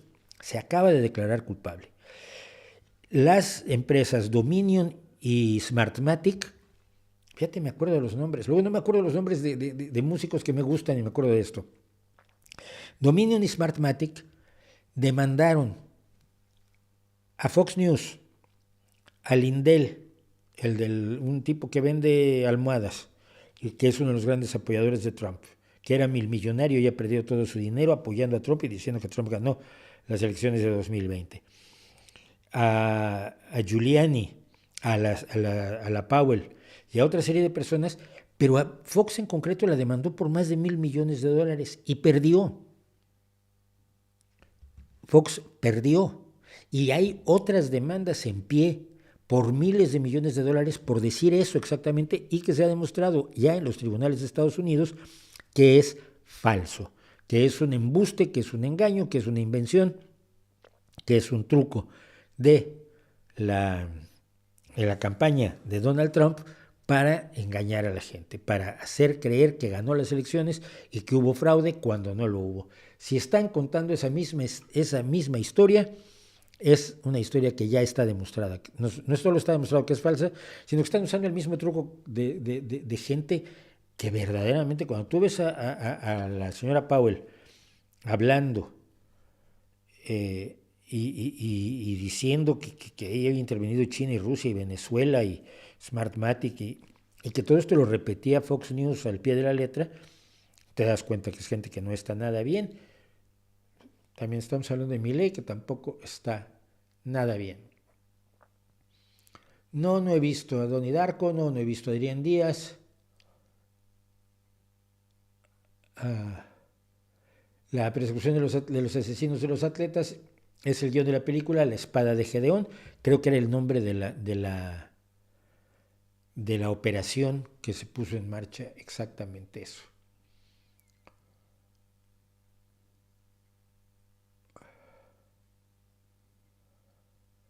No fue en el 80, no fue en el 72. Si dije el 82 es un error mío. Lo que ocurrió fue en las Olimpiadas, los Juegos Olímpicos de Múnich, 1972, que fueron inmediatamente después de los Juegos Olímpicos de México en el 68. ¿Usted cree que el antisemitismo fue una creación del cristianismo? Sí, claro. Sí. Se juntan dos cosas. Se junta el hecho de que hay una diáspora de judíos que emigran por el mundo de su Israel original, y la idea de que los judíos mataron a Cristo. Verás, es el Sanedrín el que entrega a Cristo según los evangelios. El Sanedrín es el grupo de altos sacerdotes, de grandes sacerdotes.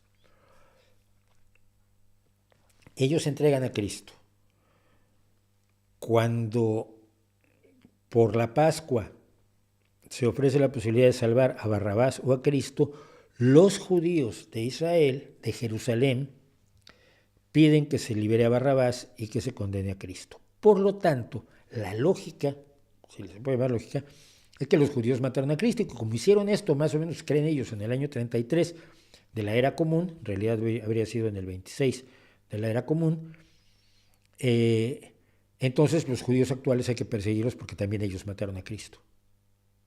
Y no me digas que es absurdo pensar que una persona de 2023 años después, por el solo hecho de tener ciertos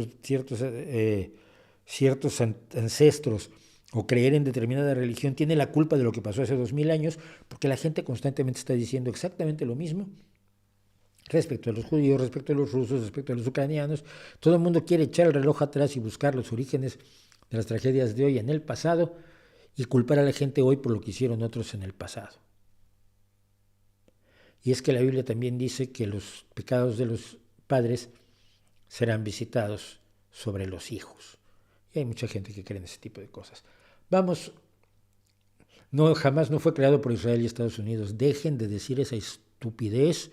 El jeque Yassin no tuvo nada que ver con Estados Unidos. Pero esto siempre lo sacan. Al-Qaeda fue creado por Estados Unidos. El Daesh fue creado por Estados Unidos. Jamás fue creado por Estados Unidos. El Ejército de Liberación Nacional en Colombia fue creado por Estados Unidos. ¿En serio? Hombre, estudiemos un poco de historia, que ahí están los libros y no muerden. Volvemos en un segundo, no se vayan. Somos 301 personas, hay 221 me gustas, 3 no me gustas, sigue trayendo a sus amigos el del no me gusta, y hay pues 81 personas que podrían dar me gusta y no lo han hecho. Si quieren hacerlo, háganlo, por favor. Regresamos en 2 minutos, aunque sé que vamos a perder a gente que está con nosotros en este momento.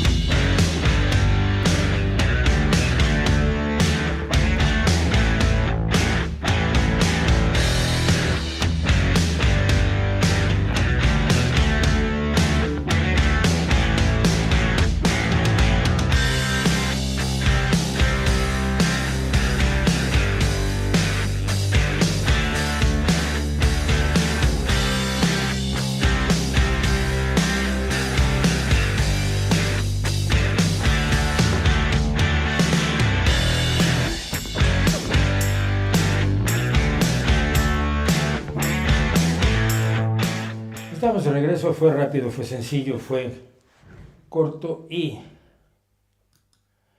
volvió a aparecer ese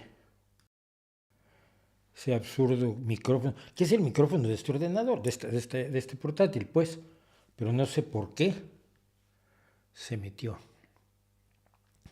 Bueno, ¿conoces algo acerca de la teoría de leyes fundamentales de la estupidez de Chipola? Lo he tratado de leer, pero no he tenido mucho éxito, lo voy a intentar otra vez. Que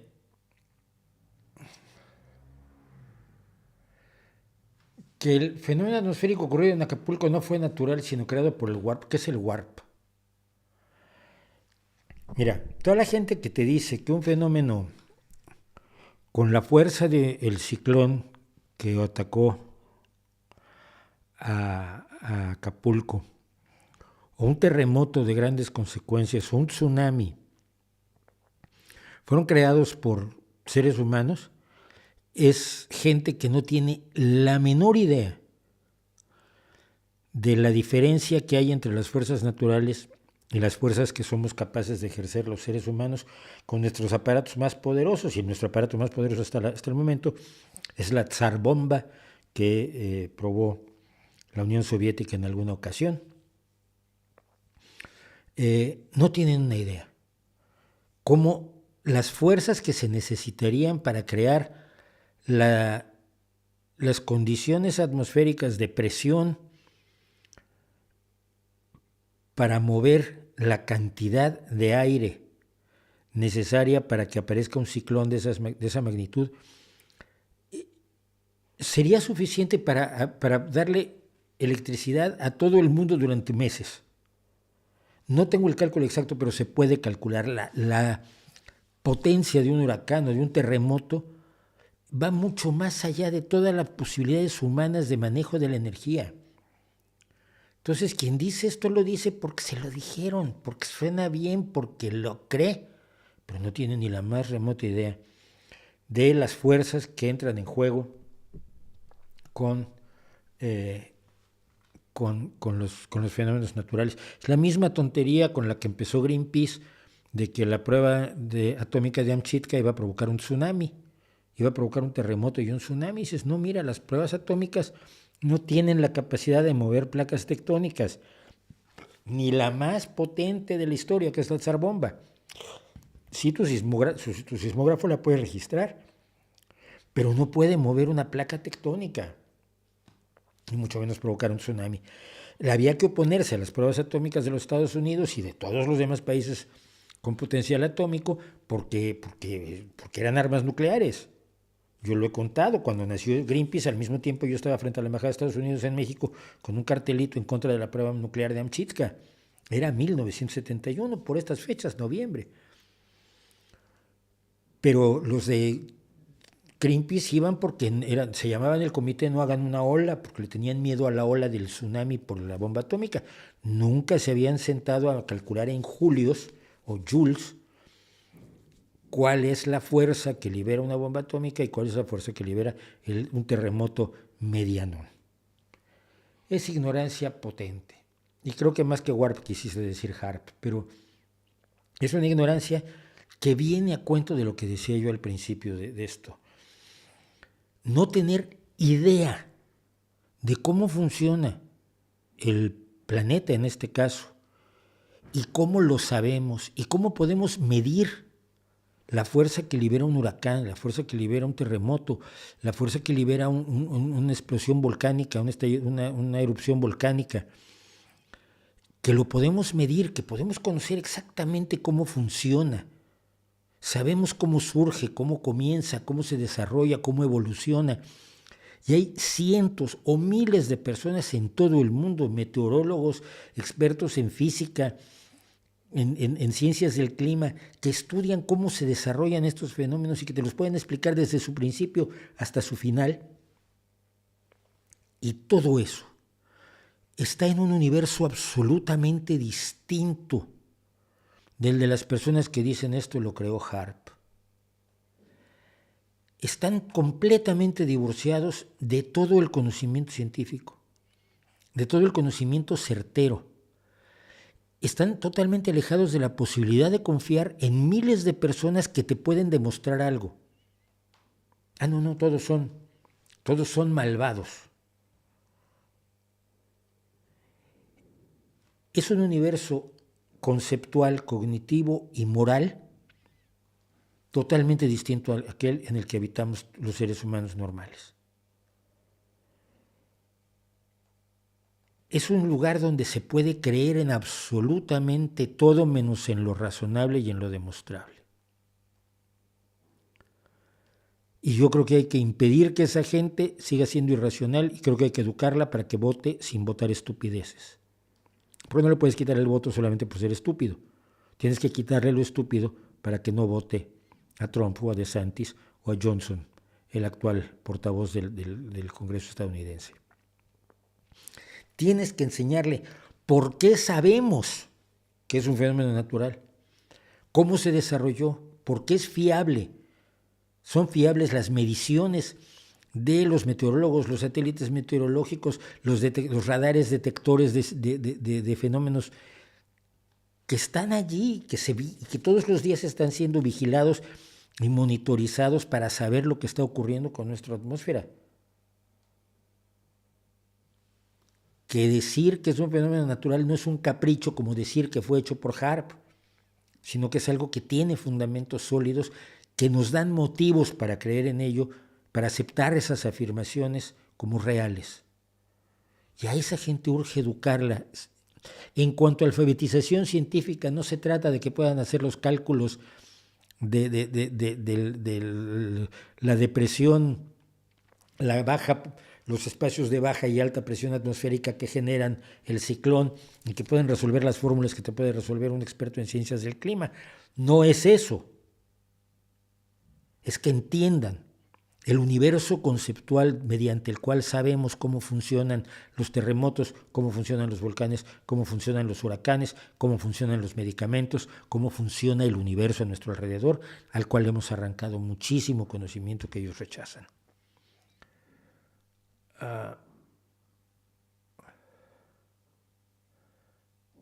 ¿Qué opinas de la medicina epigenética? No sé cómo funciona. No tengo informes de la medicina epigenética.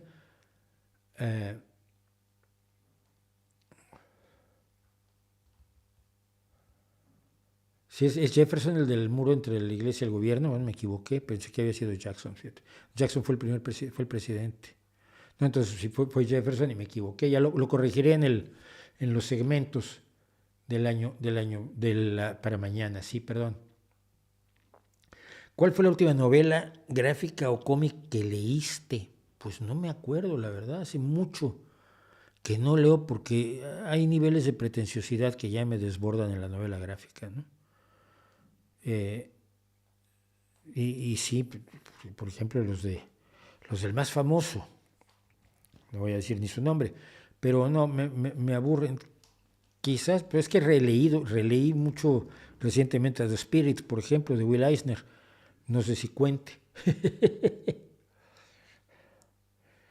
Bueno.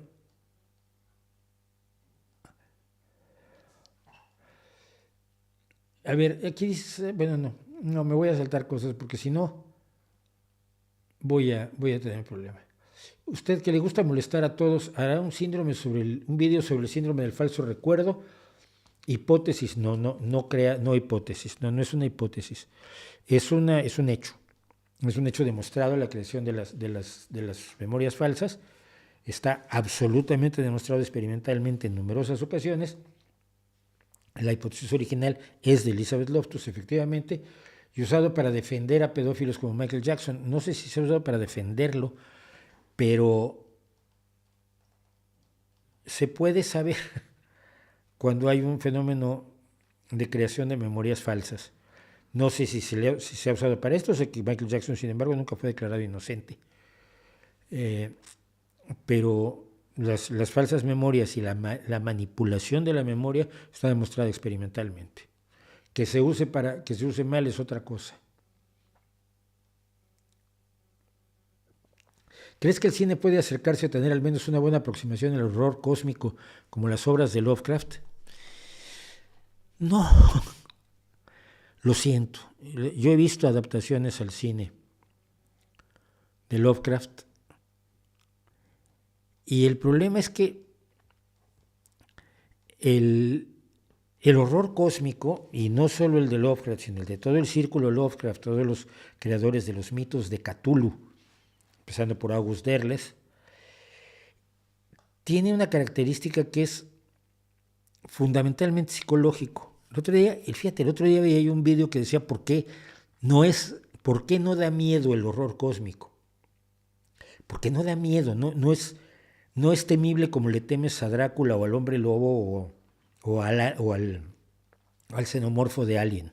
No, el horror cósmico te sobrecoge mostrándote la infinitud de tu pequeñez ante los fenómenos cósmicos que se presentan en la literatura.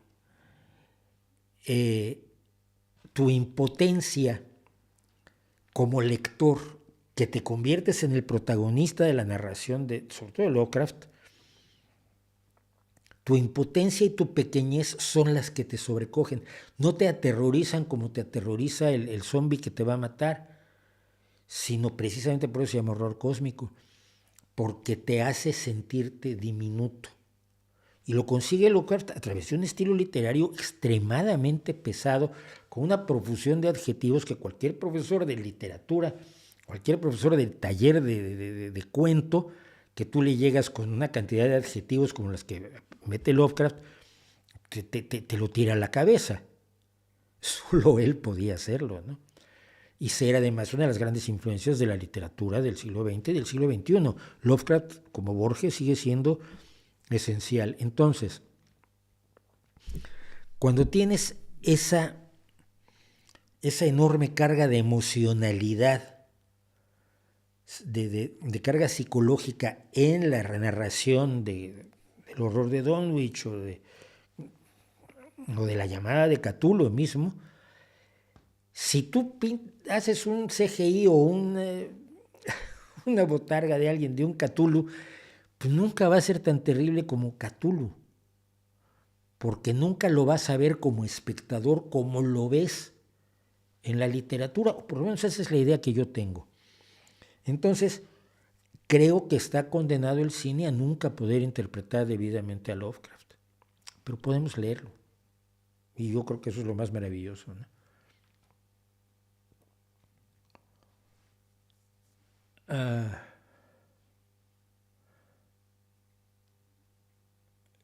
Qué rápido, porque se fue el audio, sí, pero ya regresó, ¿no? Ya estamos bien. O sea, solo está usándose es que es el micrófono que tiene por aquí el ordenador, el que se estaba encendiendo.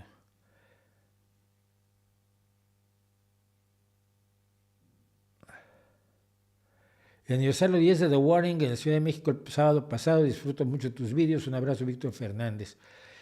Vi el concierto del 10º aniversario en Ciudad de México. Lo vi el de Guadalajara, vi el de Monterrey, creo que ahora está en Argentina, pero estoy otra vez donde estaba antes con The Warning. De veras me da mucha tristeza que no me den la entrevista, la nueva entrevista. Pero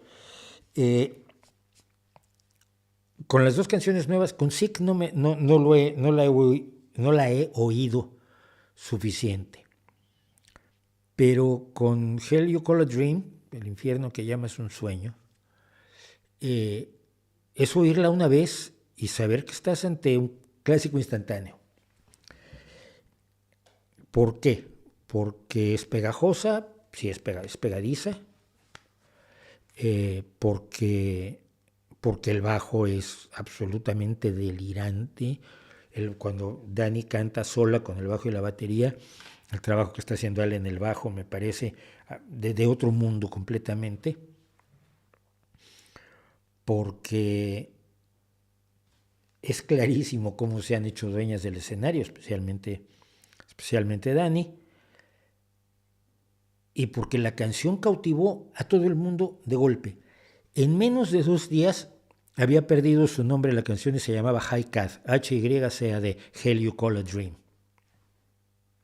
Esto pasa con muy pocas canciones que tengan su nombre y su interpretación. Automáticamente los principales reactores, la gente que hace reacciones de vídeo, de rock, que yo hallo medianamente respetables, porque no todos son respetables, pero hay gente que son músicos, que son compositores o que son grandes aficionados que tienen una experiencia larguísima escuchando bandas, inmediatamente saltaron para reaccionar sobre Hell You Call a Dream y a decir que es de locura. Hay un momento, precisamente hacia el final de la canción, en que una cosa que suele ser The Warning, que son las rupturas de la línea musical que traen, y en el coro hay una ruptura de la línea musical para entrar con una nota alta, Danny da un salto creo que de quinta, alargada, mientras las Paulina y Alejandra cantan el coro, que es un clásico instantáneo. Le tengo unas ganas enormes al nuevo disco que no sé si ya grabaron, que probablemente ya grabaron, quizás lo hayan dicho, si tuviéramos una entrevista se los preguntaría, pero me gustó muchísimo la canción y creo que la banda va, pese a que va a tener que enfrentar el hecho de que ahora son estrellas de verdad, y por lo tanto se les pide lo que se les pide a las estrellas, y viven en un mundo diferente al que solían vivir antes. Es un mundo donde sus amigos son Lizzie Hale y la gente, el tecladista de Muse, que parece que metió mano en Hell You Call a Dream, y es otro universo en el que tendrán que desarrollarse, y yo espero lo mejor de ellas. Una cosa, debo decir, que me gustó muchísimo del concierto de The Warning, y es que Paulina cantara Black Holes. Para quienes no la conozcan, Black Holes es probablemente una de las mejores canciones sobre adicciones que se han escrito en la historia de la humanidad. Y mira que se han escrito grandes canciones sobre adicciones, sobre todo en la época de las drogas y de la psicodelia del rock. Y es una canción que escribe esta niña cuando tenía 13 o 14 años, y es asombroso que alguien a esa edad pueda percibir la tragedia y la ruina de un adicto que nosotros hemos conocido, que la gente que tiene mi edad, pues ha enterrado un montón desafortunadamente, de personas que se mataron con la droga o con el alcohol, en mi caso más con el alcohol. Y que lo comprenda y que lo exprese así. Yo pensé que era una canción olvidada y me daba mucha tristeza, porque las únicas presentaciones que hay son de hace varios años, en escenarios más pequeños. No es lo mismo ir a Paulina con un piano de cola completo, de media cola que tiene en el escenario. Y es una canción que les recomiendo muchísimo. Black Holes, Agujeros Negros, es la gran canción sobre la adicción a sustancias en general, y me parece muy bueno que la hayan recuperado y que la interpreten y que la conozca más gente, aunque, como lo dije yo en Twitter cuando lo dije la primera vez, aunque nos ponga a llorar cada vez que la oímos, porque yo cada vez que la oigo, pues me acuerdo de gente. South Park, no, hace años que no veo South Park. Ya dejen de decir que fueron al concierto de The Warning. Yo me las perdí aquí en España, hombre.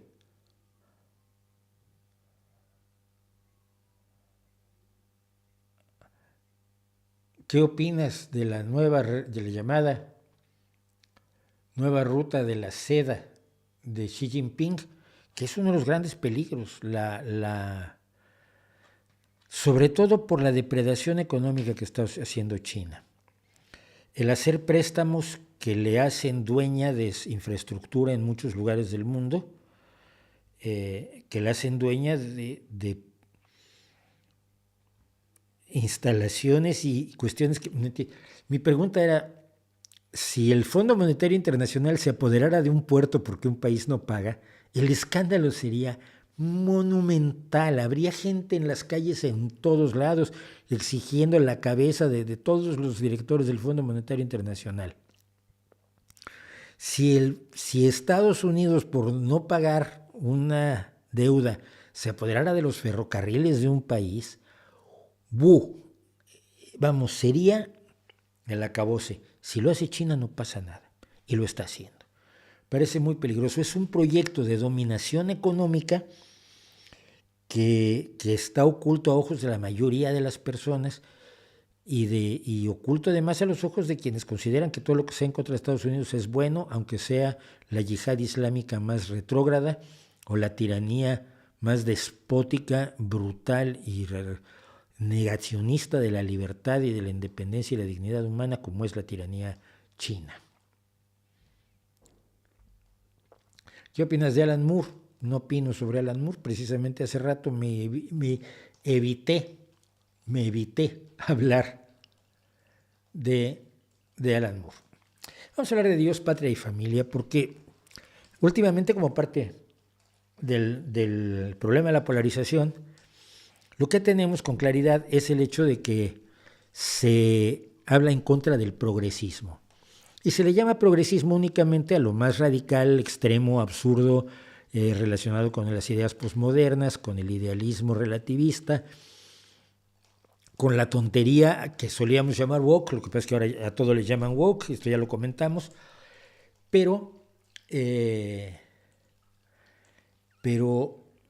al identificar el progresismo con lo peor de lo que ni siquiera es progresismo, es a lo que ya llamaba hace tiempo Hitchens la izquierda regresiva, una izquierda que no es progresista, sino es regresivista, es conservadora, es contraria a los principios mismos de la izquierda.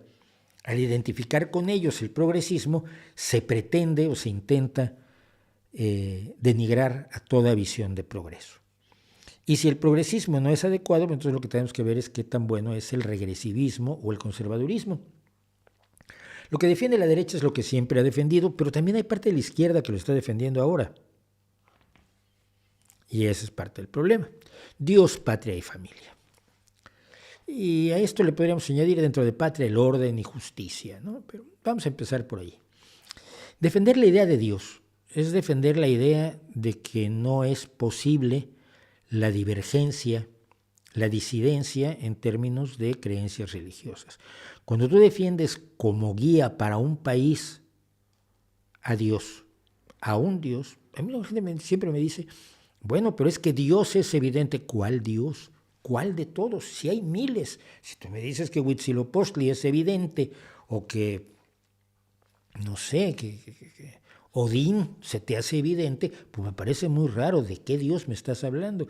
La gente habla de Dios sin darse cuenta de que no está hablando sin darse cuenta de qué Dios nos está hablando.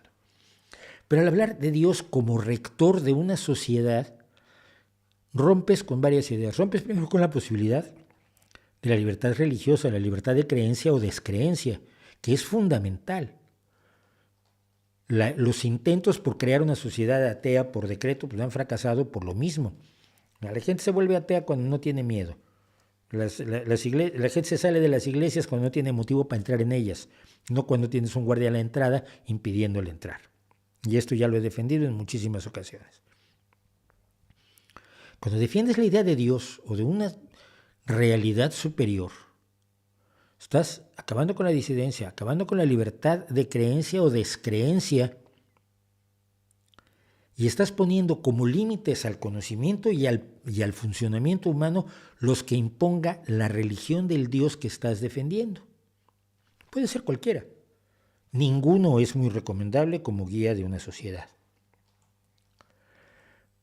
Cuando se nos pretende imponer una moral superior desde la izquierda regresiva, se está trabajando en la misma dirección, en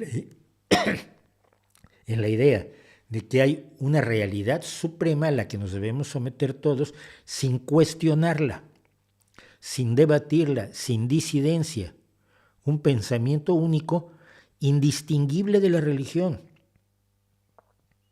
Y el otro día lo veía yo, cómo se juntan los extremos con un tipo que se supone que escribió algo horrible contra la crisis de la progresía o algo por el estilo. Progresía, progre y todo esto son formas en las que se trata de denigrar las ideas de progreso, no solo material o científico, sino también social, familiar e individual. Y entonces decía, mira cómo el progresismo se va al demonio cuando Judith Butler dice que jamás es un movimiento de liberación. Y yo le pregunté en Twitter directamente, ¿y de dónde sacas tú que Judith Butler es la representante de los progresistas, o que su voz es especialmente relevante, o que los progresistas vamos a estar de acuerdo con ella cuando ella defiende a Hamas? No me contestó. ¿Qué creen ustedes? Esto me pasa muy seguido con un montón de gente. Patria. Patria implica, por supuesto, el concepto fundamental del nacionalismo. La idea de que mi nación, como quiera que la defina yo, mi cultura, mi sociedad, mi lengua, mis costumbres, mis vicios, son superiores a los de las personas que tienen la desgracia infinita de haber nacido fuera de las fronteras de esta munificente nación que tenemos. La patria es un concepto que hasta hace muy poco tiempo consideraba yo, hubiera yo dicho, que era privativo de la derecha. La patria que se defiende por supuesto, con las armas, la patria que se defiende con las tradiciones, la patria que se defiende con sus héroes de siempre, generalmente con un sable en la mano derecha y un pie sobre un cañón, o a bordo de un caballo blanco enormemente rampante, como el famoso retrato de Napoleón. La patria está personificada en nuestras tradiciones, en nuestra cultura, en nuestros alimentos, en nuestra realidad. Eso es la patria. No, a mí no me emociona la patria, ni me emocionan las canciones patrióticas, ni mucho menos las canciones militares. Y mira que yo fui de los nacionalistas, aprendí a odiar el nacionalismo en las ceremonias de la bandera que en México se celebraban, no sé si se celebren todavía, todos los lunes en todas las primarias y luego en las secundarias, donde había que rendirle honores a la bandera como inicio de la semanita. Y el más pesado, que tenía mejores calificaciones, pero el más pesado de la escuela era el abanderado, y los siguientes eran los más pesaditos, los que tenían las siguientes mejores calificaciones, y ellos marchaban muy militarmente con una canción militar alrededor del patio escolar para que todos les rindiéramos honores a la bandera, y además quisiéramos romper la bandera, esta bandera en la cabeza al pesadito que era el abanderado. Eso sí, aprendí el nacionalismo yo, y aprendí lo absurdo y lo ridículo que es el nacionalismo. Bueno, pero tenemos una izquierda patriótica, tenemos una izquierda nacionalista, tenemos una izquierda ultranacionalista, tenemos una izquierda casi chauvinista, que no sé cómo se llama izquierda siendo nacionalista. Porque una de las características fundamentales de la izquierda es la consideración de que todos los seres humanos somos iguales y que debemos identificarnos independientemente de nuestra patria, de nuestra nación, del color de nuestra piel, de nuestras preferencias sexuales, de nuestras preferencias religiosas, de nuestras preferencias culinarias, que no hay gente de primera y gente de segunda, salvo por sus actos, que es lo que decía, por cierto, José María Morelos en Los Sentimientos de la Nación en México, cuando decía que solo distinguirá a un americano de otro el vicio y la virtud. ¿Qué es lo que nos debe importar? La solidaridad de clase que planteó cierta parte de la izquierda partía de eso. Los trabajadores tienen más que ver un trabajador español con un trabajador francés de lo que tiene que ver con la aristocracia española o con la aristocracia francesa. Que la frontera que separa al trabajador español y al trabajador francés es una frontera artificial de la que podemos prescindir. Y es una de las cosas que intenta hacer la Europa unida, contra la que, por cierto, se ha lanzado una parte de la izquierda. Hay que recordar que Podemos se inicia como un partido eurófobo que quiere llegar al Parlamento Europeo para plantear la salida de España, si no de Europa, por lo menos del euro. Y hay programas que hizo Pablo Iglesias, por supuesto, creo que algunos de ellos en la televisión iraní, cobrando en dinero de los ayatolás sanguinarios, diciendo por qué España debía salir del euro. No entiendo que la izquierda se apunte a la patria, porque la patria es el territorio específico de la derecha, donde nos dice que tenemos que considerarnos distintos a los que no nacieron en nuestra nación. Y finalmente, familia. Algunos tienen suerte con su familia, otros tienen menos suerte. Algunos tienen una familia maravillosa, estupenda, prácticamente de película estadounidense de los años 50, del American Way of Life. y otros tienen una familia que francamente pues, es prescindible del todo. Pero la familia implica toda una concepción de los roles y funciones que cada persona debe cumplir para ser una familia como la quiere la derecha. Es decir, ahora está destapado el reloj. Alexa, calla. ¿Es Alexa? No, es Siri. En la familia conceptuada por la derecha hay un padre, hay una madre, el padre trabaja, la madre hace labores del hogar propias de su sexo, así se decía, las labores propias de su sexo. Los niños son obedientes y se preparan para ser el niño igual al papá y la niña igual a la mamá. Hay todo un espacio social, profesional y económico que corresponde a los hombres y hay otro que corresponde a las mujeres. ¿Y saben en dónde no hay ningún espacio donde corresponda a alguien? Si esa persona es sexualmente diversa. Si es homosexual o bisexual o lesbiana, gay, trans. Entonces, ellos no están conceptuados, pese a que son un porcentaje razonable de la población, que siempre han existido. Lo que pasa es que ahora parecen más porque ahora pueden decir que lo son.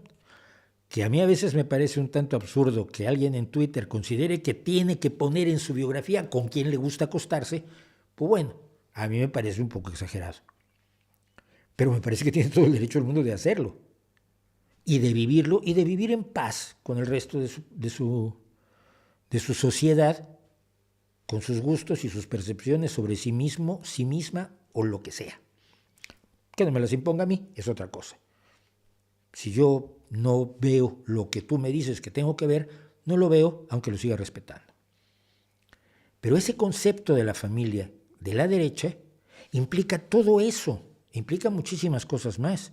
Implica la sumisión de la mujer, sobre todo al Dios, y del hombre a la patria. Estos tres elementos limitan, condicionan, determinan las capacidades de progreso social, material, humano, individual que podemos tener. El progresismo es precisamente lo contrario. Ni Dios, ni patria, ni familia. Que puedes tener o debes tener la familia que tú quieras, sí, la que tú quieras, no la que está condicionada por Dios y la patria. Que puedes creer en Dios o en otro Dios o en ningún Dios o en todos los dioses que te dé la gana creer, mientras no le quieras imponer tus creencias y tus supersticiones a otras personas. Que puedes creer que lo tuyo es más bonito que lo de los demás, pero te vas a llevar unas hostias del tamaño del mundo, porque todos los que tuvieron la desgracia de nacer fuera de las fronteras de tu munificente nación tienen muchísimo que aportarte, tienen ideas buenísimas, tienen comida maravillosa, tienen costumbres magníficas, tienen música deliciosa, tienen pintura apasionante, tienen lo mismo que tienes tú, igual de válido, igual de valioso, y si juntas las dos cosas o las 193 cosas en los 193 países que hay hoy, vas a ser mejor persona. Yo, por eso, ni Dios, ni patria, ni familia, y mira que adoro a mi familia como yo la quiero hacer, como yo la tengo.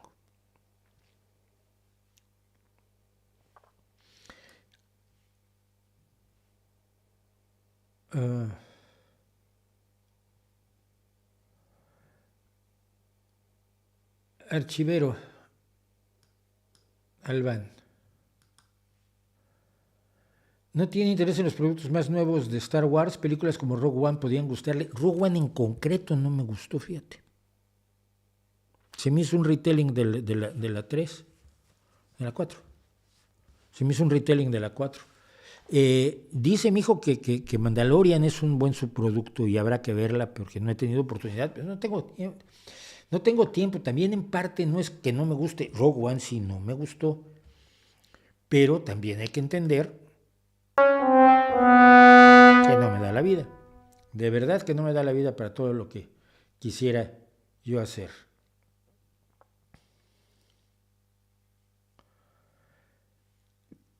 Esta es muy buena. La afirmación de que en México durante la conquista se destruyeron escuelas y en su lugar se construyeron iglesias. ¿Qué escuelas? ¿Qué escuelas? Escuelas donde se enseñaba qué. Se enseñaba la religión, igual. Porque no, la sociedad mexica no era una sociedad científica, tecnológica, progresista, de avanzada social, de reconocimiento de las libertades y los derechos y valores individuales. No hay tal cosa, era una teocracia brutal y sanguinaria. Y si no lo aceptamos, no podemos salir de donde estamos. Que no quiere decir que los conquistadores fueran mejores, no. Pero esos choques los ha habido siempre y tenemos que superarlos, en serio. Los tlaxcaltecas superaron la conquista por parte de los mexicas y otros pueblos superaron la conquista por parte de los mayas. Es que, en serio, son afirmaciones que no sé de dónde se sacan porque no sé qué pretenden, qué conclusión pretenden obtener con ello. Ay, hay que regresar a como estábamos antes de que Hernán Cortés pusiera un pie en Veracruz. Primero que nada no podemos, pero si lo hiciéramos probablemente tú acabas en la piedra de los sacrificios y ahí te quiero ver.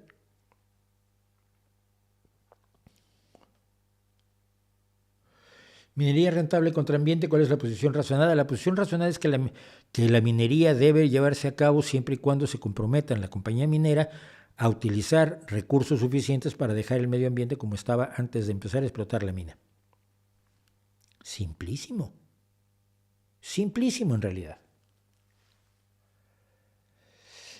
¿Qué opina de la brecha salarial entre hombres y mujeres en los deportes profesionales? Hasta cierto punto es una brecha salarial que debe corregirse, pero en los niveles más altos los salarios se dan debido a la capacidad de generar ingresos. Ahí sí tenemos que admitirlo. Lo que está pasando ahora es que finalmente en deportes como el fútbol, las mujeres están teniendo la posibilidad de generar ingresos. Una Bonmatí, que es la mejor jugadora del Mundial y Balón de Oro hace 2 días, es una mujer que no va a cobrar lo mismo que una que está empezando. Su capacidad de generar ingresos le genera un salario superior. Y eso es inevitable. Hay una brecha salarial entre Messi y el tipo que menos cobra en Miami. Eso es evidente. No las puedes igualar por decreto, pero sí puedes crear las condiciones necesarias para que se vayan igualando. Y en los niveles más bajos, ahí sí evidentemente, cuando tú estás jugando, no sé, una liga de tercera división del baloncesto, si hay una liga femenina y una masculina, ganan igual porque generan lo mismo, generan nada. Si no tienen capacidad de generar ingresos, de generar publicidad, de generar interés, de generar grandes ventas de entradas, los salarios tienen que ser iguales. Pero los diferenciales posteriores se tienen que deber a otras cosas y no al hecho del género. Perdón, del sexo. Ya me están contaminando. Y creo que allí hay que saber matizar y contextualizar de qué estamos hablando. Si la mejor tenista del mundo está generando ingresos igual que el mejor tenista del mundo y le pagan menos, es injusto. Eso es clarísimo. Pero si los tenistas pequeñísimos, de profesionales de inicios de circuitos pequeños donde ganan un poquito, tienen ganancias distintas, unos por ser hombres y otros por ser mujeres, también es injusto. Y si Messi gana más que yo jugando al fútbol, pues es injusto, pero me aguanto porque me gusta verlo jugar.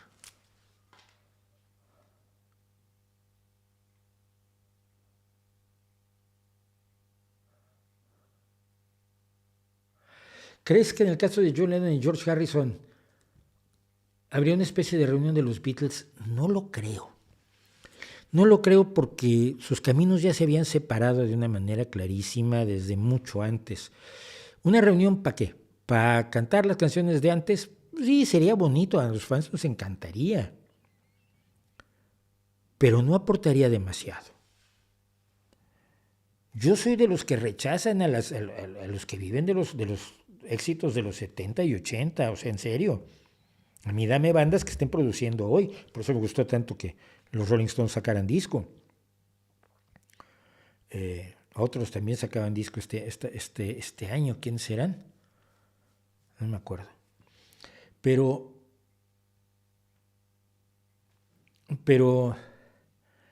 si se reunieran para componer, veríamos un problema, y es que los estilos han sido tan distintos, marcaron, anduvieron caminos tan diferentes, como la música de McCartney, que fue dejarse ir con todo lo que quería hacer, que muchas veces los Beatles lo limitaban.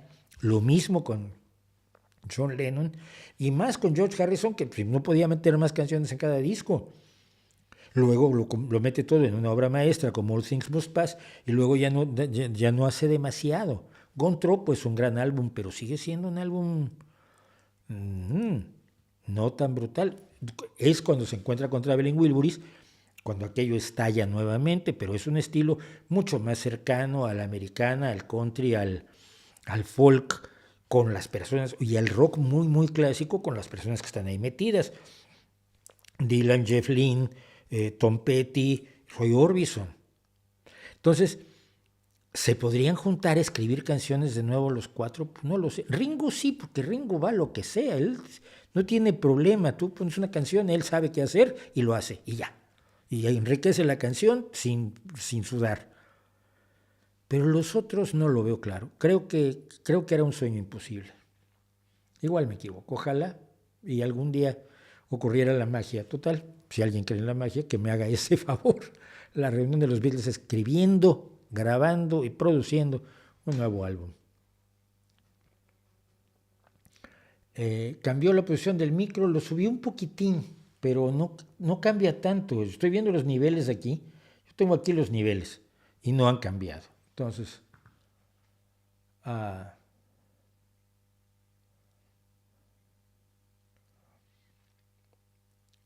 ¿cuántos veteranos de guerra cree que ha llegado a conocer en toda su vida?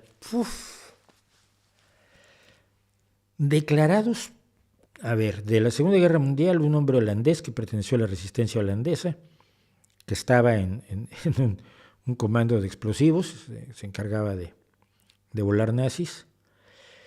De la Guerra Civil Española a varios, principalmente a un mexicano maravilloso, el coronel Roberto Vega González, capitán de milicianos por darle calor a España, a muerte te han condenado. Le escribió un romance Ramón Viró Domenech. El capitán Roberto Vega González le hizo una larguísima y satisfactoria entrevista. Él vino a luchar a los 17 años a la Guerra Civil Española y luego fue a la Segunda Guerra Mundial y fue parte de las fuerzas de ocupación en Tokio. Y de Vietnam a un montón. De Vietnam conocía un montón. Sobre todo a mi amigo el loco Patterson, Don Patterson, que sigue viviendo y trabajando en cuestiones relacionadas con arqueología en San Miguel de Allende, a una tropa de amigos de él en San Miguel de Allende, a mi amigo, ¿cómo se llama? Frank, que vive en San Francisco, Frank de Frisco, que era de veterano de Vietnam y carpintero para producciones de cine y televisión. ¿Qué más? Guerrilleros a varios, sobre todo argentinos, sí, fundamentalmente, y nicaragüenses, conocí a varios. Veteranos de la guerra, de la revolución cubana, algunos, y así, y algún, ahora me acuerdo, fíjate, lo tenía olvidadísimo, Don Taurino, un veterano de la Revolución Mexicana al que conocí cuando nosotros estábamos ayudando al pueblo de Pilcaya en Guerrero, y allí conocí a este que se acordaba de la revolución, nos contaba cosas y lo mirábamos como si fuera un ser de otro mundo, era maravilloso.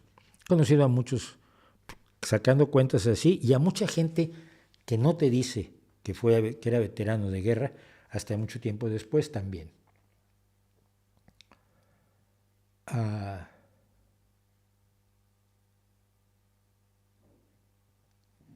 He escrito ficción, he publicado más de 100 cuentos por todo el mundo. Tengo 2 libros de cuentos. Uno se llama Escenas de la realidad virtuales, inconseguible. El otro es Más allá no hay nada, que existe en formato electrónico en Amazon todavía. Tengo publicadas 4 novelas, guiones de televisión y guiones de cine que nunca se filmaron, pero bueno, los escribimos. ¿Qué pasa? No pasa nada. O sea que sí he escrito muchísima ficción. Dediqué una buena parte de mi vida, hasta los 45 años, a escribir ficción. Luego me dediqué más al tema audiovisual. No sé a qué te refieres con cosmogonía azteca.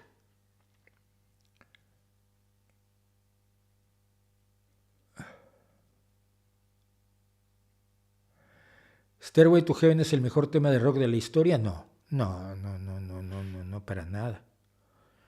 No creo que haya el mejor tema de rock de la historia, porque la apreciación del rock es subjetiva. Y porque tú puedes oír una canción y decir esto es lo mejor en su género. No sé, Highway to Hell es un clásico. Sí, pero Hotel California, sí, pero Sgt. Pepper's, no sé, Un día en la vida, por ejemplo, ¿no? O Hey Jude. Pero también puedes decir cosas a favor de miles. O sea, no hay mejor canción de rock, sobre todo con la enorme producción que hubo y que sigue habiendo, aunque no esté en los lugares principales de ventas, aunque no esté tan a la vista, porque los espacios los ocupa el pop muy decente como el que hace Taylor Swift o Dua Lipa o Olivia Rodrigo. Tampoco estoy en contra de ese pop, pero es el que está al frente. Pero atrás se sigue produciendo una cantidad de rock brutal, de una calidad altísima. Altísima. Igual Eruca Sativa en Argentina que The Warning en México, que Paramore o Imagine Dragons o grupos muy jovencitos como The Sixters, las chicas ucranianas a las que yo sigo. Es decir, rock hay para llenarse de él. Entonces, pues, igual la mejor canción del rock la hizo un grupo desconocido que solo la grabó en un cassette que está escondido en un ático polvoriento y olvidado en el centro de Bratislava.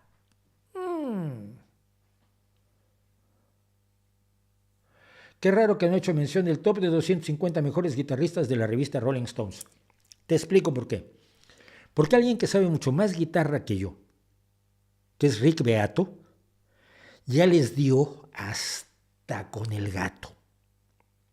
Si quieren conocer mi opinión sobre los 250 guitarristas según Rolling Stone, vean el streaming que hizo al respecto Rick Beato hace una semana o algo así, donde se preguntaba cosas razonables como dónde está George Benson o Yngwie Malmsteen, que no sé cómo se pronuncia Yngwie, y qué hace allí Neil Young, por ejemplo, ¿no?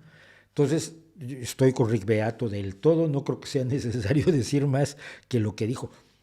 Es decir, las ausencias son clamorosas y algunas presencias son delirantes.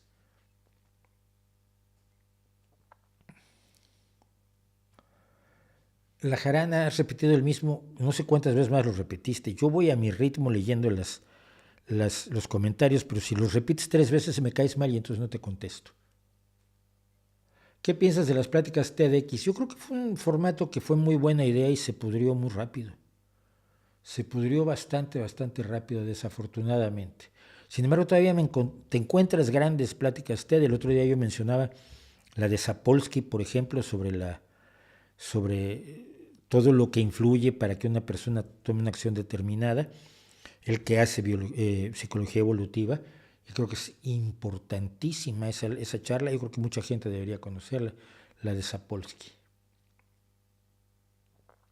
¿Qué opina usted del reggaetón y las letras de sus canciones? En general, lamentable. En general, y he oído mucho, desafortunadamente. Pero mi hijo oye reggaetón, no oye reggaetón, pero no lo escucha. Y yo de pronto paso y escucho algo y me quedo, veo en Shazam qué canción es, qué rollo es. Entonces veo la letra, voy con mi hijo, oye, tú estás oyendo esta canción que dice esto y esto y esto, que las chicas son así y asado, y que hay que vender mucha droga y matar a mucha gente a puñaladas. Y mi hijo me mira como, no, yo no oigo eso. Y yo, sí, sí, es lo que estabas oyendo. No es que yo solo oigo el ritmo. Digo, ya, chico, pero no sé, pon bossa nova, pon reggae si quieres el ritmo. Pero chico, lo que estás oyendo es esto. Y mi hijo mismo dice, no, pero es que esto no va. Es mi opinión. No es,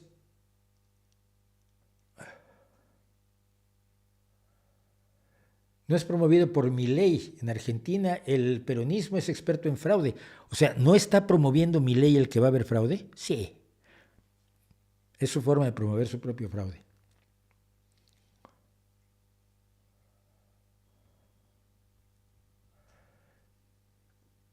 Ah, ¿qué pasó con los ET muñecos que tanto furor tuvieron hasta hace muy poco? Ya no dijeron nada de los magufos estafadores. No, bueno, ya saldrá Maussan con otra chorrada pronto. ¿Qué opinas de que Milei diga la teoría conspirativa de que el Foro de Sao Paulo quiere crear la Unión Soviética Latinoamericana? Es una bobada. Pero es una bobada tan total. Mira que hay mucho que criticar al Foro de Sao Paulo, ¿eh? Al Foro de Sao Paulo.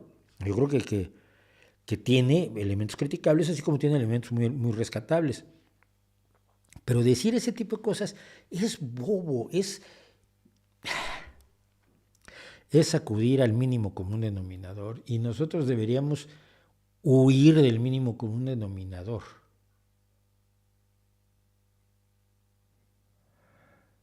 Fui al concierto de The Warren aquí en Guadalajara, México, y fue increíble. Si pueden, vayan antes de que sus presentaciones sean en lugares más grandes. Van a estadios en poco tiempo, ¿eh? En poco tiempo. Eh, Todavía si las pueden ver en lugares medianamente pequeños, háganlo, porque muy pronto van a ser una banda de estadios.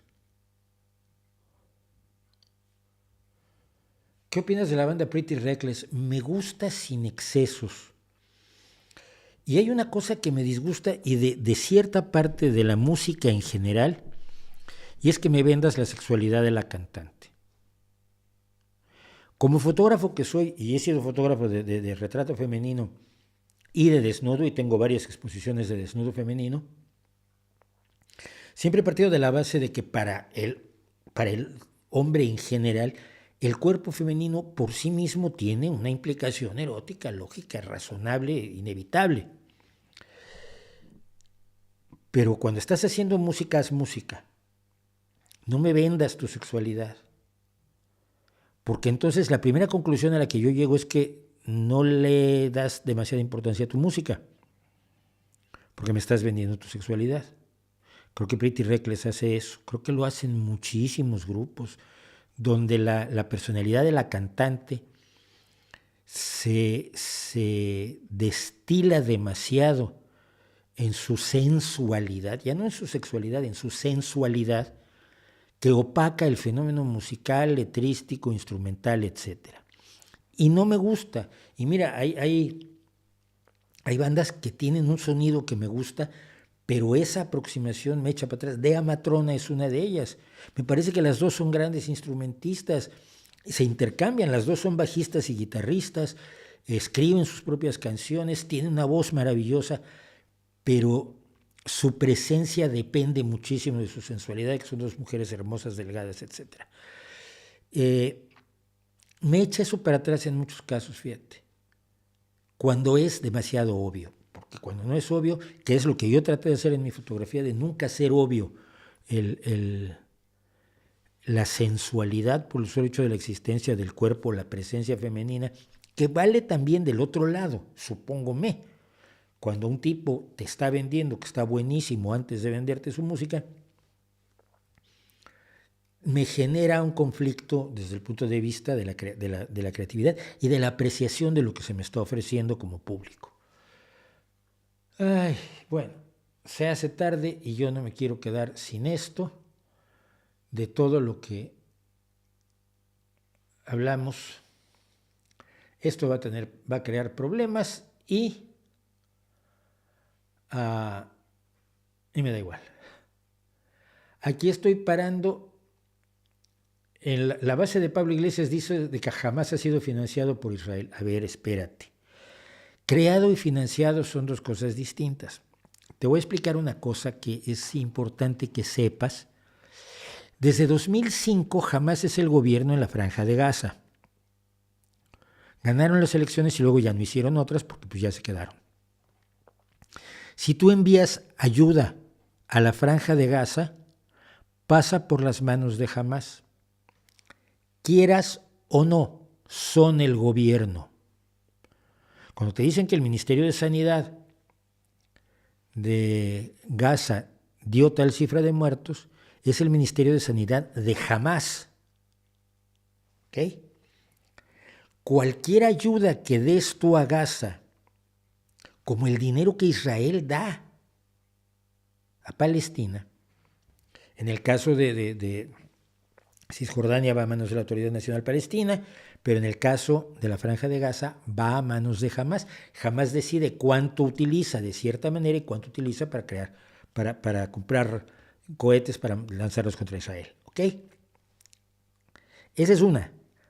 Todos los que han financiado, apoyado a gente en la Franja de Gaza han dejado parte de su dinero en manos de Hamás y es inevitable. No puedes no hacerlo. 2. Durante un tiempo, para desactivar a la OLP, que era una organización de izquierda y laica, aunque tenía también, o se inició también como una organización terrorista, el gobierno de Israel financió a grupos islamistas como la Yihad Islámica o Hamás, dio recursos a estas organizaciones para que fueran el contrapeso de la poderosísima organización de Yasser Arafat. No lo hicieron para promover el islamismo. Nunca pensaron que el islamismo fuera a crecer como creció. Lo hicieron para desactivar una organización laica y de izquierda, con una visión social, que era la Organización para la Liberación de Palestina, cuando Yasser Arafat era su presidente. Cuando Yasser Arafat firma, después de que Yasser Arafat firma la paz con Israel, con Yitzhak Rabin, lo cual deriva en la muerte de los dos y el reinicio de las hostilidades. ¿Ok? Entonces sí, Israel cometió el error de pensar en desactivar a la OLP a través del apoyo encubierto a las organizaciones islamistas, sin jamás pensar que esas organizaciones islamistas tendrían todo el poder necesario para hacer lo que están haciendo después. ¿Ok? Si es lo que dices es cierto, pero tiene muchísimos matices y muchísimos elementos que hay que tener en consideración. Que fue una estupidez, por supuesto. Que fue una barbaridad, que fue un crimen más de Netanyahu fundamentalmente, sí. Pero no es como de allí a decir Israel creó a Hamás, ¿para qué? ¿O por qué? ¿Cómo va a crear una organización así? No, apoya una organización así porque es un contrapeso para aquella otra y nada más. Como Estados Unidos financió a los mujahidines en contra de la Unión Soviética en Afganistán y luego se encontró con el problema de que los mujahidines se derivaron posteriormente en el 94, mucho tiempo después de que Estados Unidos había salido de Afganistán, derivó en los talibanes. Pero no creó Al Qaeda, ni creó los talibanes, ni creó al Daesh. Las cosas son más complejas y hay que estudiar la historia para saberlo. ¿Ok?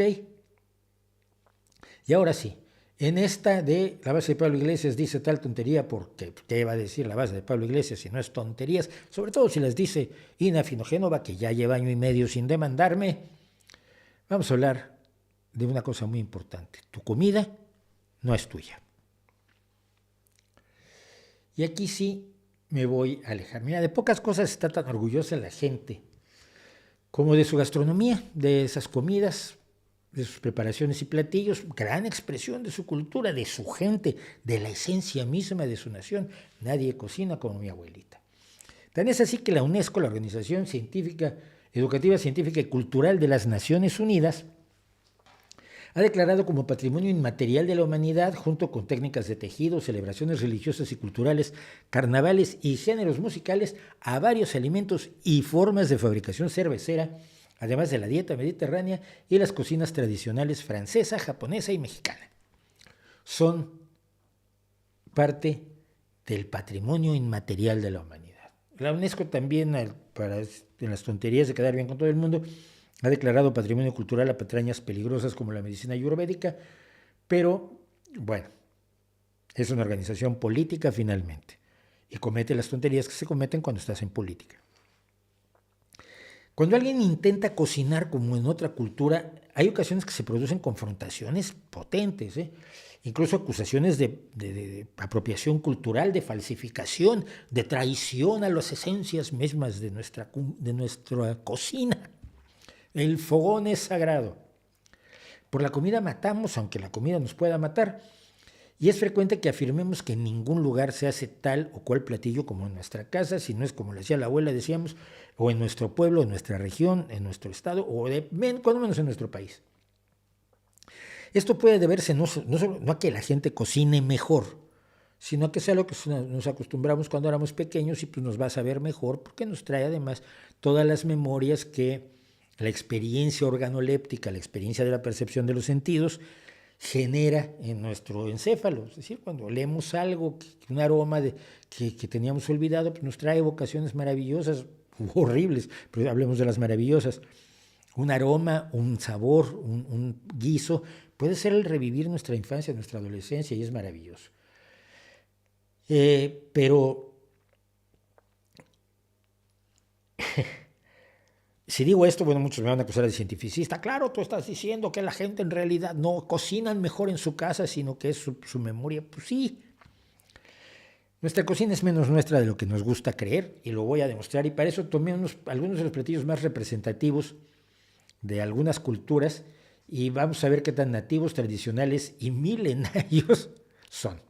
Primera parada, Londres con su célebre fish and chips, que quiere decir pescado rebozado con patatas fritas o papas fritas. El pescado se adereza con vinagre, a veces con salsa tártara, y es maravilloso. Y les voy a decir dónde comer el mejor fish and chips de Londres. Bueno, lleva almidón de maíz en su preparación, ese maíz que es procedente de América. O sea que no estuvo en Inglaterra antes del siglo XVI-XVII en modo alguno.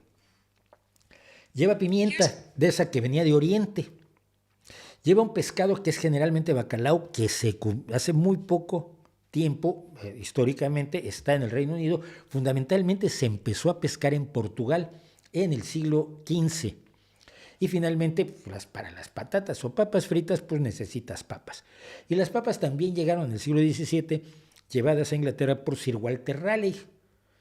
Y todo esto palidece ante el hecho de que el primer creador, o al menos el primero que se puso a comerciar y a vender este platillo en Londres, fue Joseph Malin, un inmigrante judío que puso la primera tienda de fish and chips en Cleveland Way, un poco al noroeste de Whitechapel, en Londres, en el siglo XIX. Muy londinense o muy británico ya no queda el fish and chips. Vamos a Roma. Vamos a comer uno de sus... por cierto, si quieren comer un gran fish and chips, no me acuerdo cómo se llama, Jamaica Road, en Southwark, en la ribera sur del Támesis, y precisamente si se bajan el metro de Southwark, está sobre Jamaica Way, y si caminan a la derecha por Jamaica Way, una calle o media calle, está uno de los mejores lugares de fish and chips del universo.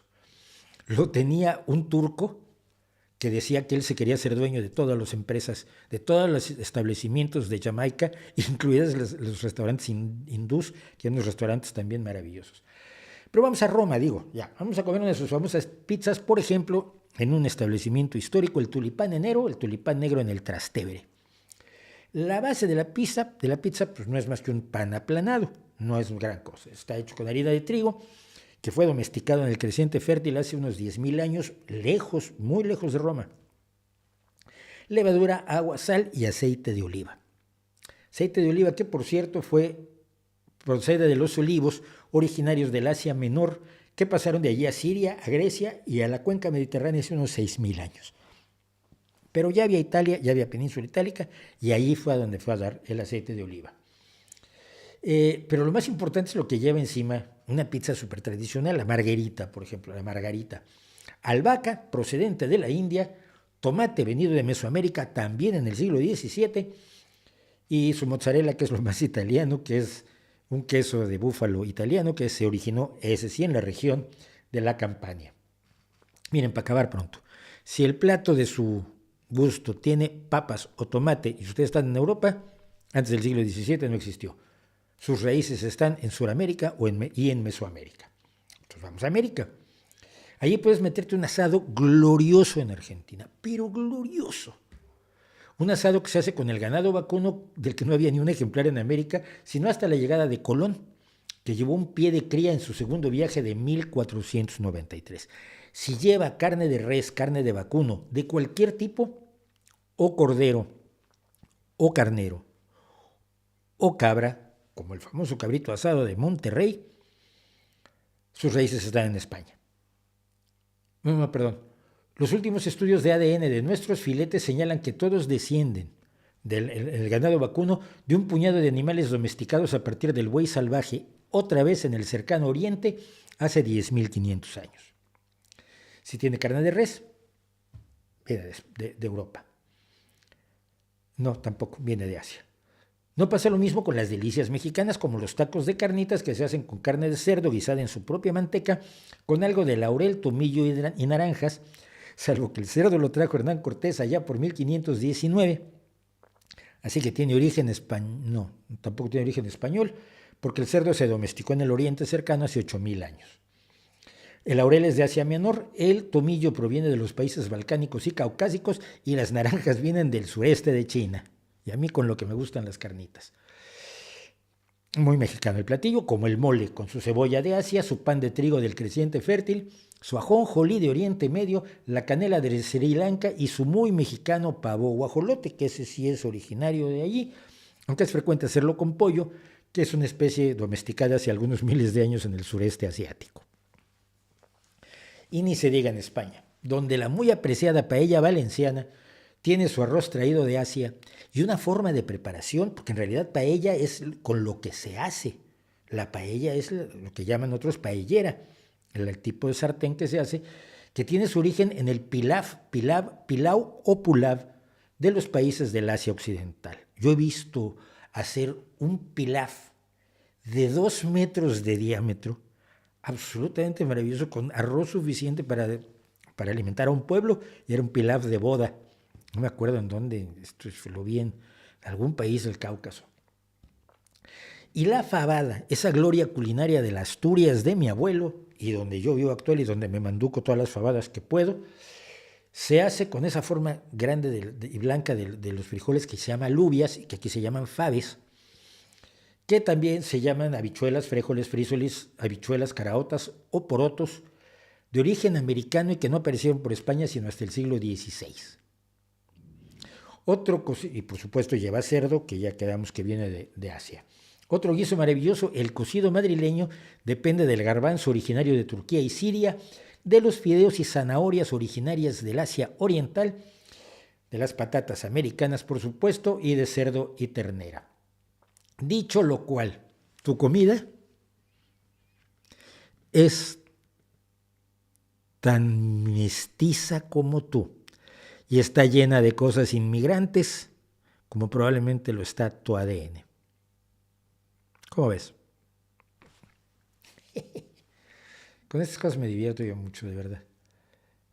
¿Crees que el envejecimiento de la población europea se pueda convertir en un verdadero problema en las próximas décadas? No por la inmigración. No por la inmigración. Y porque para eso, entre otras cosas, se necesita la inmigración. Eso que Vox decía hoy, hay que echar a todos los inmigrantes ilegales. Yo lo leía y decía, estos no saben en qué país viven, ¿verdad? No puedes. Hay leyes que te impiden echarlos. Bueno, a Vox las leyes le tienen bastante sin cuidado, como ha demostrado, por ejemplo, con los manejos de sus dineros, que son cada vez peores, y con la cantidad de gente de Vox que está siendo procesada por manejos inadecuados. Hay paradigmas que no se pueden romper. ¿Qué es un paradigma? Porque el paradigma lo dice mucho la gente que cree que leyó a Kuhn, al filósofo anticientífico, perdón. Ese que decía que había ciencia antes de la ciencia, eso me divierte muchísimo, ¿no? Él cree que la ciencia antes del método científico es comparable a la ciencia después de los métodos científicos. Dices tú, no, que no hay ciencia antes. Lo de Aristóteles no es ciencia. La ciencia ocurre cuando usas la verificación independiente. Pero bueno, entonces Kuhn usó la palabra paradigma, pero otro filósofo, que ese sí era físico, que era Mario Bunge, le demostró que había usado 5 definiciones distintas de paradigma en su libro sobre las revoluciones científicas. Así que no creo que quiero que me des tu definición de paradigma y hablamos de eso. No, la epigenética no es lo que dice Tommy Londra, el estudio de cómo afectan los factores externos, el contexto socioambiental en el genoma. No exactamente. La epigenética es la que estudia cómo unos genes hacen que otros se expresen o no se expresen. Y lo de los factores socioambientales ya es llevarlo muy lejos, ¿eh? ¿El horror cósmico en el cómic crees que puede funcionar mejor que en el cine? Yo creo que sí. Sí, ciertamente. En el cómic tienes más posibilidades de jugar. Fíjate, lo mejor que yo he visto de adaptaciones de horror cósmico, y me estoy acordando de uno que no me acuerdo el nombre, el de los hombres pez. El de los hombres pez, que no me acuerdo cómo se llamaba el cuento. Las mejores adaptaciones que he visto son todas en blanco y negro. Esto puede ser relevante. Las dictaduras en Uruguay, Chile y Argentina tampoco fueron organizadas por Estados Unidos. Fueron favorecidas y promovidas por Estados Unidos como parte de la Guerra Fría, por supuesto. Por supuesto. Esto no... ¿Me entiendes? Ese es el problema. Como tenemos casos clarísimos donde Estados Unidos intervino de manera absolutamente demostrable en el establecimiento de dictaduras horrorosas como la chilena, la argentina y la uruguaya, en el contexto de la Guerra Fría, por cierto, que además de la de Chile, ahora están saliendo con descubrimientos que yo me acuerdo que sabíamos en 1973, de cómo la CIA y la AT&T, la compañía esta de telefonía que existía en aquel entonces, estadounidense, habían intervenido para facilitar y promover y garantizarle el reconocimiento y el apoyo a la junta militar si daba el golpe de Estado. Tuvieron amplias negociaciones con Pinochet con Pinochet y con la junta original, antes de que estos tomaran la decisión de emprender el golpe de Estado. Sabemos que eso lo hizo Estados Unidos, y te puedo poner otras: Brasil, Paraguay, Bolivia, Guatemala, que no solo iban en contra de comunistas delirantes, sino de demócratas como Jacobo Arbenz. Entonces, sí, sabemos que Estados Unidos hizo eso. Y entonces de ahí muchas personas se van a todo lo que está mal, entonces lo inició Estados Unidos, y eso es absolutamente ridículo. Eso es absolutamente ridículo. Es el problema de Chomsky, que no cree que nadie pueda tener la culpa de nada que no sea Estados Unidos. Nadie hace nada mal salvo Estados Unidos. Borges mucho no quería saber de Lovecraft, no lo sé. Yo los hallo tan cercanos a veces, los hallo tan cercanos y tan relevantes, sobre todo para mi carrera literaria. En lo personal fueron muy relevantes los dos. Lo de Perú es un escándalo que creo que pues tenemos que ver otro día con calma. El monolito de 2001 se acerca bastante al horror cósmico, sí, pero es un monolito. No es Yog-Sothoth. No es Cthulhu. Nah.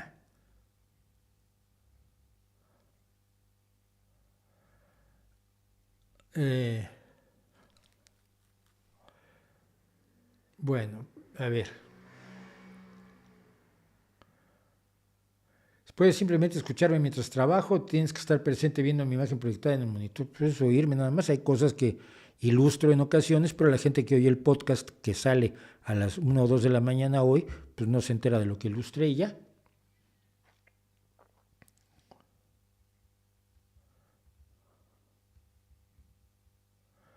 ¿Qué opinas que Estados Unidos y sus aliados solo han explotado a África? Estados Unidos no tiene ninguna intervención en la explotación de África, ninguna intervención clara. Aquí en este canal, y por favor busca los vídeos sobre África, hemos contado cómo Europa se repartió África en el siglo XIX y cómo la dominación colonial de África, no hay un solo metro cuadrado de tierra africana que haya sido colonia estadounidense. Colonias holandesas, belgas, españolas, francesas, británicas, alemanas, danesas. Pero hemos contado aquí cómo se repartió brutalmente África en una reunión, que es absolutamente de locos. Y luego cómo se trazaron las fronteras después de la caída del Imperio Otomano. Pero ves, como Estados Unidos fue una fuerza muy importante en América Latina, sobre todo durante la Guerra Fría y antes con la doctrina del destino manifiesto, tratando de expulsar las influencias europeas de la América Latina, entonces creemos que toda acción colonial fue culpa de los Estados Unidos. Y en el caso de África, clarísimamente no. Y en el caso de Asia, tampoco. Las brutales colonias británicas y francesas tienen una influencia mucho mayor, mucho más clara. Estados Unidos interviene en Vietnam posteriormente, al terminar la colonia francesa, por la Guerra Fría, pero no juega en la explotación colonial del Asia Oriental, que está a cargo de potencias europeas. Esa idea latinoamericana de que todo es Estados Unidos y chomskiana es absurda. El nuevo especial de South Park lo voy a buscar. Alan Moore es un genio, pues vale, si quieres. La izquierda no funciona, está demostradísimo. Claro, tienes razón, mira, no funciona en todos los países socialdemócratas que han tenido gobiernos socialistas, socialdemócratas, y que han creado lo que se conoce como el estado del bienestar y la red de protección social que ha hecho digna la vida de millones de personas después de una Segunda Guerra Mundial que había dejado a Europa destrozada. Eso es lo que ha hecho la izquierda. Porque la izquierda mayoritaria es la socialdemocracia. Tú seguramente estás hablando de los comunistas, de los leninistas, de los marxistas, de los bolcheviques, que son minoría y no ganan elecciones, pero ni en su casa, para ver qué se come mañana. Porque hacen mucho ruido, porque toman a veces las armas, porque creen en la doctrina revolucionaria de Marx y Engels, y sobre todo Lenin. Pero eso no es la izquierda eso es la mayoría. La mayoría es socialdemócrata, la mayoría somos los socialdemócratas, que tenemos partidos en todo el mundo, que tenemos muchísimos más militantes que todos los leninistas juntos, que gobernamos países enteros, lo hacemos de manera correcta. Si hay corruptos, en todos lados hay corruptos, pero que la función de la socialdemocracia, que hoy gobierna en España y en Portugal y en Dinamarca y en Alemania y en Nueva Zelanda, Nueva Zelanda creo que acabamos de perder, que es una izquierda democrática que además acepta la alternancia en el poder y las reglas del juego de la democracia. Esa izquierda es lo mejor que le ha pasado a los países donde se han instaurado las políticas socialdemócratas: educación gratuita, sanidad gratuita, pensiones, derechos de los trabajadores. Todo eso, tus 8 horas de trabajo han sido producto de la izquierda. No sabes lo que es la izquierda. Te han hecho creer que son los comunistas. Se equivocan. Estudia un poco. Hay un video sobre socialismo en este mismo canal que te puede interesar muchísimo ver.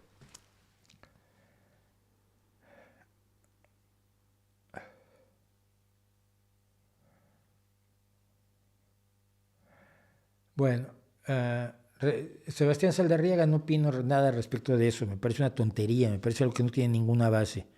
Me parece una ocurrencia de alguien a quien le gusta comer hongos y entonces lo dice a ver si con eso ya justifica que come hongos.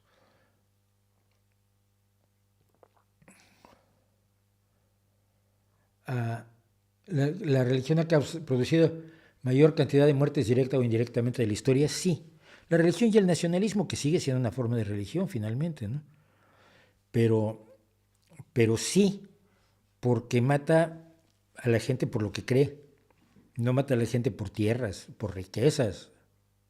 Mata a la gente por aquello en lo que cree.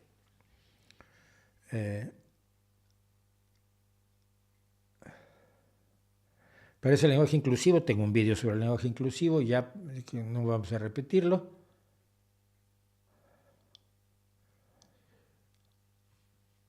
Bueno, estamos por terminar, pero probablemente me voy a ir unos instantes más allá,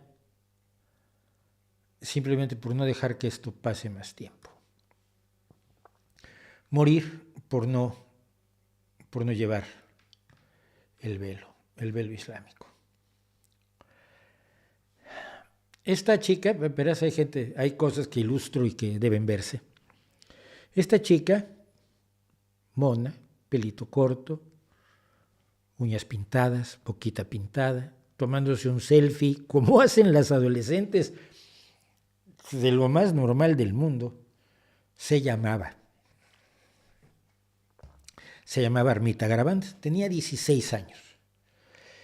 Tenía 16 años y en el metro de Teherán se la encontró la policía de la moral islámica sin velo.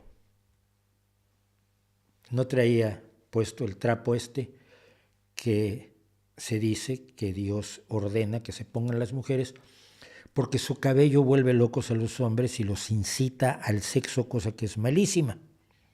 Salvo cuando puedes tener 4 esposas y pegarles a las 4, que eso sí está bien. Armita Garavant recibió una paliza espectacular de un grupo de mujeres de la policía moral. Como consecuencia de ello quedó en coma. Días después, semanas después, murió. Murió parece que unos días antes de que el régimen islámico de los sanguinarios ayatolas, ex jefes, ex patrocinadores de Pablo Iglesias y Julio Astillero, debo decirlo, siempre lo diré, porque la desvergüenza debe tener límites, informaron de la muerte de Armita Garavant. No es la primera mujer asesinada por la policía moral islámica por no llevar un trapo en la cabeza. Un puto trapo. Esto es lo que dicen las mujeres de la policía moral islámica cuando las confrontan las mujeres sin velo en el metro. Si gente como nosotros te trataran a ti así, no te atreverías a caminar como caminas sin velo. Al parecer la mujer que tiene el móvil con el que está filmando a esta bestia va sin velo. Y la mujer que te dice, ustedes nos mataron a Armita Garavant ayer. Y esta mujer de la policía moral contesta, sí, matamos a Armita, teníamos el derecho de matarla.